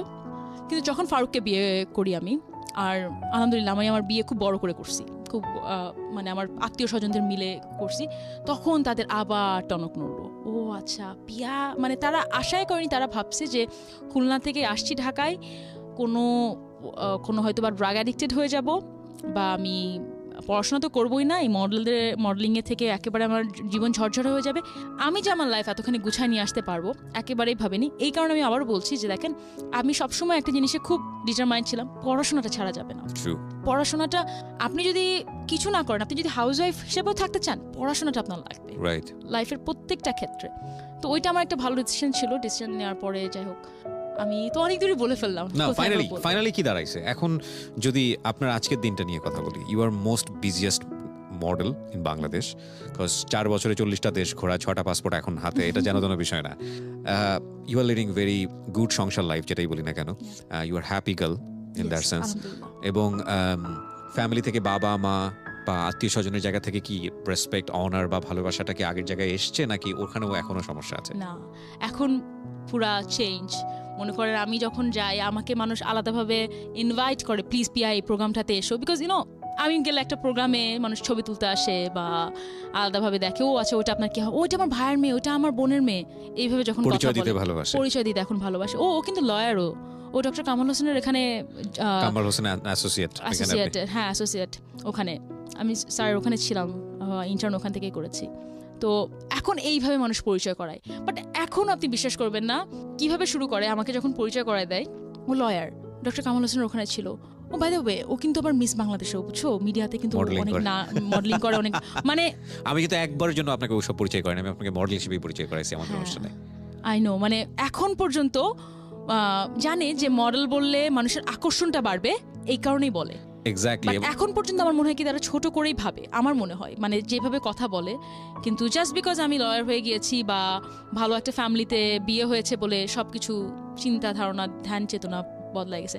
এখন আমি বলি, আপনাকে একটা মজার বিষয় বলি, যে আমার বাবা এখন যখন আমার সাথে কথা বলে, আব্বু বলে, আমার মনে সব ভুলে গেছে, আমার মনে হয় সে অত কিছু তার মনে রাখতে পারে না বা মনে নাই তার। সে বলে কি তোমাকে যে আমি লাখ লাখ টাকা দিয়েছি পড়ানোর জন্য, আমি আম্মুর উপর খেপে যাই, আম্মু দেখো আব্বু কি কথা বলতেছে, সে আমাকে লাখ লাখ টাকা দিচ্ছে, মানে না তোমার আব্বা তোমার ক্লাস 6 পর্যন্ত কথা বলতেছে, ক্লাস 6 পর্যন্ত লাখ লাখ টাকা খরচ করছে, তারপরটা সে So ভুলে you গেছে। take it very easily, না একদম সব কম্প্রোমাইজ করে ফেলছেন। This is the lesson. দেখেন উনি কেঁদেছে, ওনার বাবার কথাগুলো যখন উনি বলেছে তখন উনি কেঁদেছে এবং চোখের পানিটা আমি দেখেছি। একটা মানুষ হাসতে হাসতে কীভাবে কাঁদতে পারে। এখন ওনার বাবার সাথে যে সম্পর্কটা, ইটস আ রেসপেক্ট। এইটা হচ্ছে আমাদের সোসাইটির জায়গা থেকে একটা বিরাট পজিটিভ জায়গা, যে বাবা আমার সঙ্গে একসময় খারাপ আচরণ করেছে বা যে কোনো কারণে হয়েছে, তো কি হয়েছে, বাবা তো বাবাই। সো ইউ ডিড দ্যাট, না একদম অবশ্যই। সবকিছু মিনিমাইজ করে ফেলা, বাবাকে সে রেসপেক্টের জায়গাটায় নিয়ে আসা। অবশ্যই। এখন যখন অনেকের সাথে কথা হয় তখন আমার এক ফ্যামিলির মেম্বার আরেকজনের সাথে, মনে করেন অন্য ফ্যামিলি মেম্বার বলছে তুমি এদের সাথে কথা বলো সবাই, হয়তো বা মনে করেন একটা ফুপু হয়তো বা বেশি কথা বলে, সবাই তখন চুপ করেছিল যখন সবাই আমাকে নিয়ে উল্টাপাল্টা কথা বলতো, তুমি এদের সাথে সবার সাথে কথা বলো। আজকে হ্যাঁ ফুপু কেন কথা বলবো না, না বললে তো আমার তো সবার সাথে কথা বলা বন্ধ করে দেওয়া লাগবে, বিকজ কেউ আমার পাশে ছিল না। ট্রু। আমি কি সবার সাথে কথা বন্ধ করে আমি সোসাইটিতে চলতে পারবো না, আমি চাইও না। আমি চাই আমার কিছু কিছু জিনিস আপনি যদি ক্ষমা সুন্দর দৃষ্টিতে দেখেন, বেটার ফর ইউ, না নিজের জন্যই তো বেটার। নিজের end of the day I am very happy girl. আমি রাত্রে ঘুমানোর সময় শান্তিতে ঘুমাতে পারছি, এর True. থেকে বড় কি পাওয়া আর থাকতে পারে life এ? এক্স্যাক্টলি।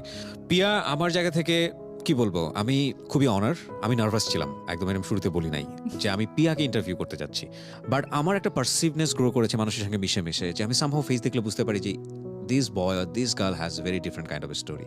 সো আমার আপনার ফেস দেখেই সামহাও মনে হচ্ছিল, আমি আপনাকে নিয়ে খুব বেশি স্টাডি করিনি, ইভেন ভাইরাল হওয়া ছবিটা আমিও দেখি। সো আপনি যখন আমাকে নক করেছেন এবং আপনি উইলিংলি আসতে চাইলেন আমার এই অনুষ্ঠানে, আমি জীবন গল্পের জন্যই আপনাকে সিলেক্ট করেছিলাম, বাট আমার কাছে মনে হচ্ছে secret will be best for you. এবং ইয়া, আই থিঙ্ক এই অনুষ্ঠানটা অনেক বেশি inspirational for the girls as well as আমি মনে করি যারা বয় আছে, যারা শুনছে সোসাইটিতে, তাদের জন্য একটা মেয়েকে কিভাবে রেসপেক্ট করা উচিত সেটা আজকের অনুষ্ঠান শুনে তারা অনেকেই শিখবে। এবং আপনি যতটা স্পষ্টভাষী সেটা আমাকে অনেক বেশি অনার করা শেখালো, আপনার প্রতি আমার ব্যক্তিগত ফিলিংস যেটা। সো এটা হচ্ছে বিষয়। আর একইভাবে আপনার হাজব্যান্ডের কথাটা আমি জেনেই শেষ করতে চাই। সে সব কিছু আপনাকে জানে এবং he gives you the freedom, মানে যতটুকু আপনি এক্সপেক্ট করেন ততটুকু ফ্রিডম আপনাকে দেয়। আচ্ছা আমি এবার বলি, ওর কথা এখানে খুব বেশি করে বলা হয়নি, বিকজ এখানে সব ম্যাক্সিমাম আমার স্ট্রাগলের কথা বলা হয়েছে। ফারুক যেহেতু প্রথম থেকে আমার সাথে ছিল, এত সাপোর্ট আমার দেখা এখন পর্যন্ত বেস্ট হিউম্যান বিং। সে কখনো কোনো কিছুতে বাধা তো দেওয়া অনেক পরের ব্যাপার। আমি যখন আমার ফিল্মটা ফার্স্ট করতে যাই চোরাবালি, তখন আমি কিন্তু ফিল্ম করতে চাইনি, বিকজ তখন অনেক ভালগার ফিল্ম হতো ওকে 2011-12 সালের দিকে। ওকে। তখন আমাকে ফারুকই বলে যে না তুমি করো। যখন ভোগের জন্য আমাকে একদিনের মধ্যে বলে যে আপনার কালকেই আসতে হবে, ডক্টর কামাল হোসেনের ওখানে আমি তখন আমি ইন্টার্ন করছি, তখন আমাকে বলে কি যে না আপনি ছুটি পাবেন না, আমাকে বলে কি যে না তুমি কোনোভাবে ওদেরকে কনভিন্স করো করে তুমি কালকেই বম্বে যাও। ওকে। আমি যখন ইন্ডিয়ান প্রিন্সেস থেকে জিতে আসি টিভি নিয়ে ছাড়াতে যখন বললো $700 লাগবে, আমি বললাম আমি 1 টাকাও দেবো না, আমার টিভি লাগবে না। তখন ওর টাকা দিয়ে ওর টিভি ছাড়াই, পর আমি দিয়ে দিয়েছি ওকে। ওকে। প্রত্যেকটা জায়গায় ফারুক আমাকে সাপোর্ট করেছে, এত সাপোর্টিভ মানুষ আমি কখনো দেখিনি। সো আমাদের অনুষ্ঠান থেকে আমরা রেসপেক্ট করি আপনাকেও। থ্যাংক ইউ, অসাধারণ একটা টাইম। আমি কি আরেকটু অ্যাড করতে শিওর পারি? শিওর, আমি আরেকটু অ্যাড করতে চাই। আপনার জন্য চাইলে আমি 2টার পর নিয়ে যেতে পারি অনুষ্ঠান, নো প্রবলেম। না আমি আরেকটু অ্যাড করতে চাই যে দেখেন আমি ফারুকরা আলহামদুলিল্লাহ they are very well established. Faruk নিজেও খুব ওয়েল এস্টাবলিশড, বাট ফারুক কিন্তু একটা এমবাসিতে জব করে, ওকে। ওর বাবার কোনো বিজনেস দেখে না, ও নিজেই জব করে। বিউটিফুল। তারপরেও এত কিছুর পরে আমরা কিন্তু বা এত রিচ হওয়ার পরেও বা আমার কিন্তু চিন্তা করা লাগতো না যে আমি কি করব না করব। আমরা যে কালকে আমরা কয়েকদিনের মতো নতুন একটা সোফা কিনবো, খুব দামি একটা সোফা কিনবো। হ্যাঁ খুবই দামি একটা দাওয়াত সোফা পাচ্ছি কিনবো। কবে আমরা? হ্যাঁ দাওয়াত পাচ্ছি কবে? দাওয়াত খুব তাড়াতাড়ি পাবে না, দামি একটা সোফা চেঞ্জ করছি অ্যাকচুয়ালি। আমি Okay. নতুন একটা সোফা কিনবো, নতুন একটা গাড়ি কিনছি, তো Yours. আমরা কিন্তু পুরোটা 50-50% শেয়ার করে কিনি। Beautiful. আমি জাস্ট বিকজ একটা মেয়ে এত বড় বড় কথা বলে গেলাম, কিন্তু বাসায় যে আমি একটা পুরুষ মানুষের টাকায় খাচ্ছি, আমি কিন্তু ওরকম মেয়ে না। এবং যেটা আমি ইকুয়াল সম্মানটা চাই, আমি কিন্তু ইকুয়াল সোসাইটিতে বাস করার জন্য যে রেসপেক্ট বা যে কন্ট্রিবিউশন আমি কিন্তু ইকুয়ালি করি। শুধু আমি মুখে বড় বড় কথা বলে গেলাম মেয়ে মানুষ, আমি এটা করছি এটা করছি, বাট আবার কিন্তু কিছু প্রিভিলেজ নিব এটা হ্যাঁ, করব না। আমি কিন্তু এরকম না, একেবারেই না। আমি আমার LLB পুরাটা এত লাখ লাখ টাকা দিয়েছি আমি আমার ইউনিভার্সিটি অফ লন্ডনে। ইনফ্যাক্ট আমি আমার যা টাকা ইনকাম করছি 80% মনে হয় আমি আমার পড়াশোনার জন্য আগে খরচ করে ফেলছি পুরাটাই। আমি কিন্তু ওরকম একটা মেয়ে। সো সোসাইটিতে আমি প্রিভিলেজ চাবো কিন্তু দেওয়ার সময় কিছু দেবো না, এরকম না, এটাও মনে রাখা জরুরি। এক্স্যাক্টলি। সো আমরা আমাদের অনুষ্ঠানটা শেষ করতে চাই উইথ ডিউ রেসপেক্ট। পিয়া আজকে আমাদের অনুষ্ঠানে গেস্ট ছিল। পিয়ার এই স্টোরিটা আপনারা পাবেন 21শে বই মেলাতে, এবং সেটার ব্যাপারে আমি মাঝে মাঝে অনুষ্ঠানের মাঝে মাঝে গল্প করেছি, এবং আরও আমি ইন ডিটেলে নিয়ে আসতে চাই। আর পিয়া বাংলাদেশকে রিপ্রেজেন্ট করেছে ইন্টারন্যাশনালি। আমরা পিয়ার জন্য প্রাউড ফিল করি অফকোর্স। এবং শুধু এটাই না, পিয়া কত বড় কাজ করেছে এটা যদি আমি বলি যে শি ইজ আ পায়োনিয়ার। যারা শুরু করে, যারা ট্রেন্ড সেটার বা যারা একটা ব্রেকডাউন নিয়ে আসার চেষ্টা করে, যারা নতুন করে যাত্রা শুরু করে, তাদের জন্য রাস্তাটা অনেক কঠিন থাকে। এই পিয়া শুরু করলো বলেই পরবর্তীতে বাংলাদেশের অনেক পিয়ার জন্য জায়গাটা অনেক বেশি সহজ হয়ে যাবে। সো আজকের এই সিক্রেটসটি শুধু সিক্রেটস না, আজকের এই সিক্রেটস পুরোটাই হচ্ছে একটা মোটিভেশনাল স্টোরি। প্রিয় শ্রোতা, যারা আপনারা শুনলেন তাদের প্রতি কৃতজ্ঞতা, ভালোবাসা, এবং আপনাদের এই অনুষ্ঠানটিকে আপনারা ভালোবাসা দিয়ে আরও অনেক দূরে এগিয়ে নিয়ে যান, সেই শুভ প্রত্যাশা রেখে আজকে শেষ করতে চাই। Specially thanks to my team, Sushanta da এবং সাফওয়ান। অনেক অনেক ভালো থাকুন। আজকের মতো শুভ।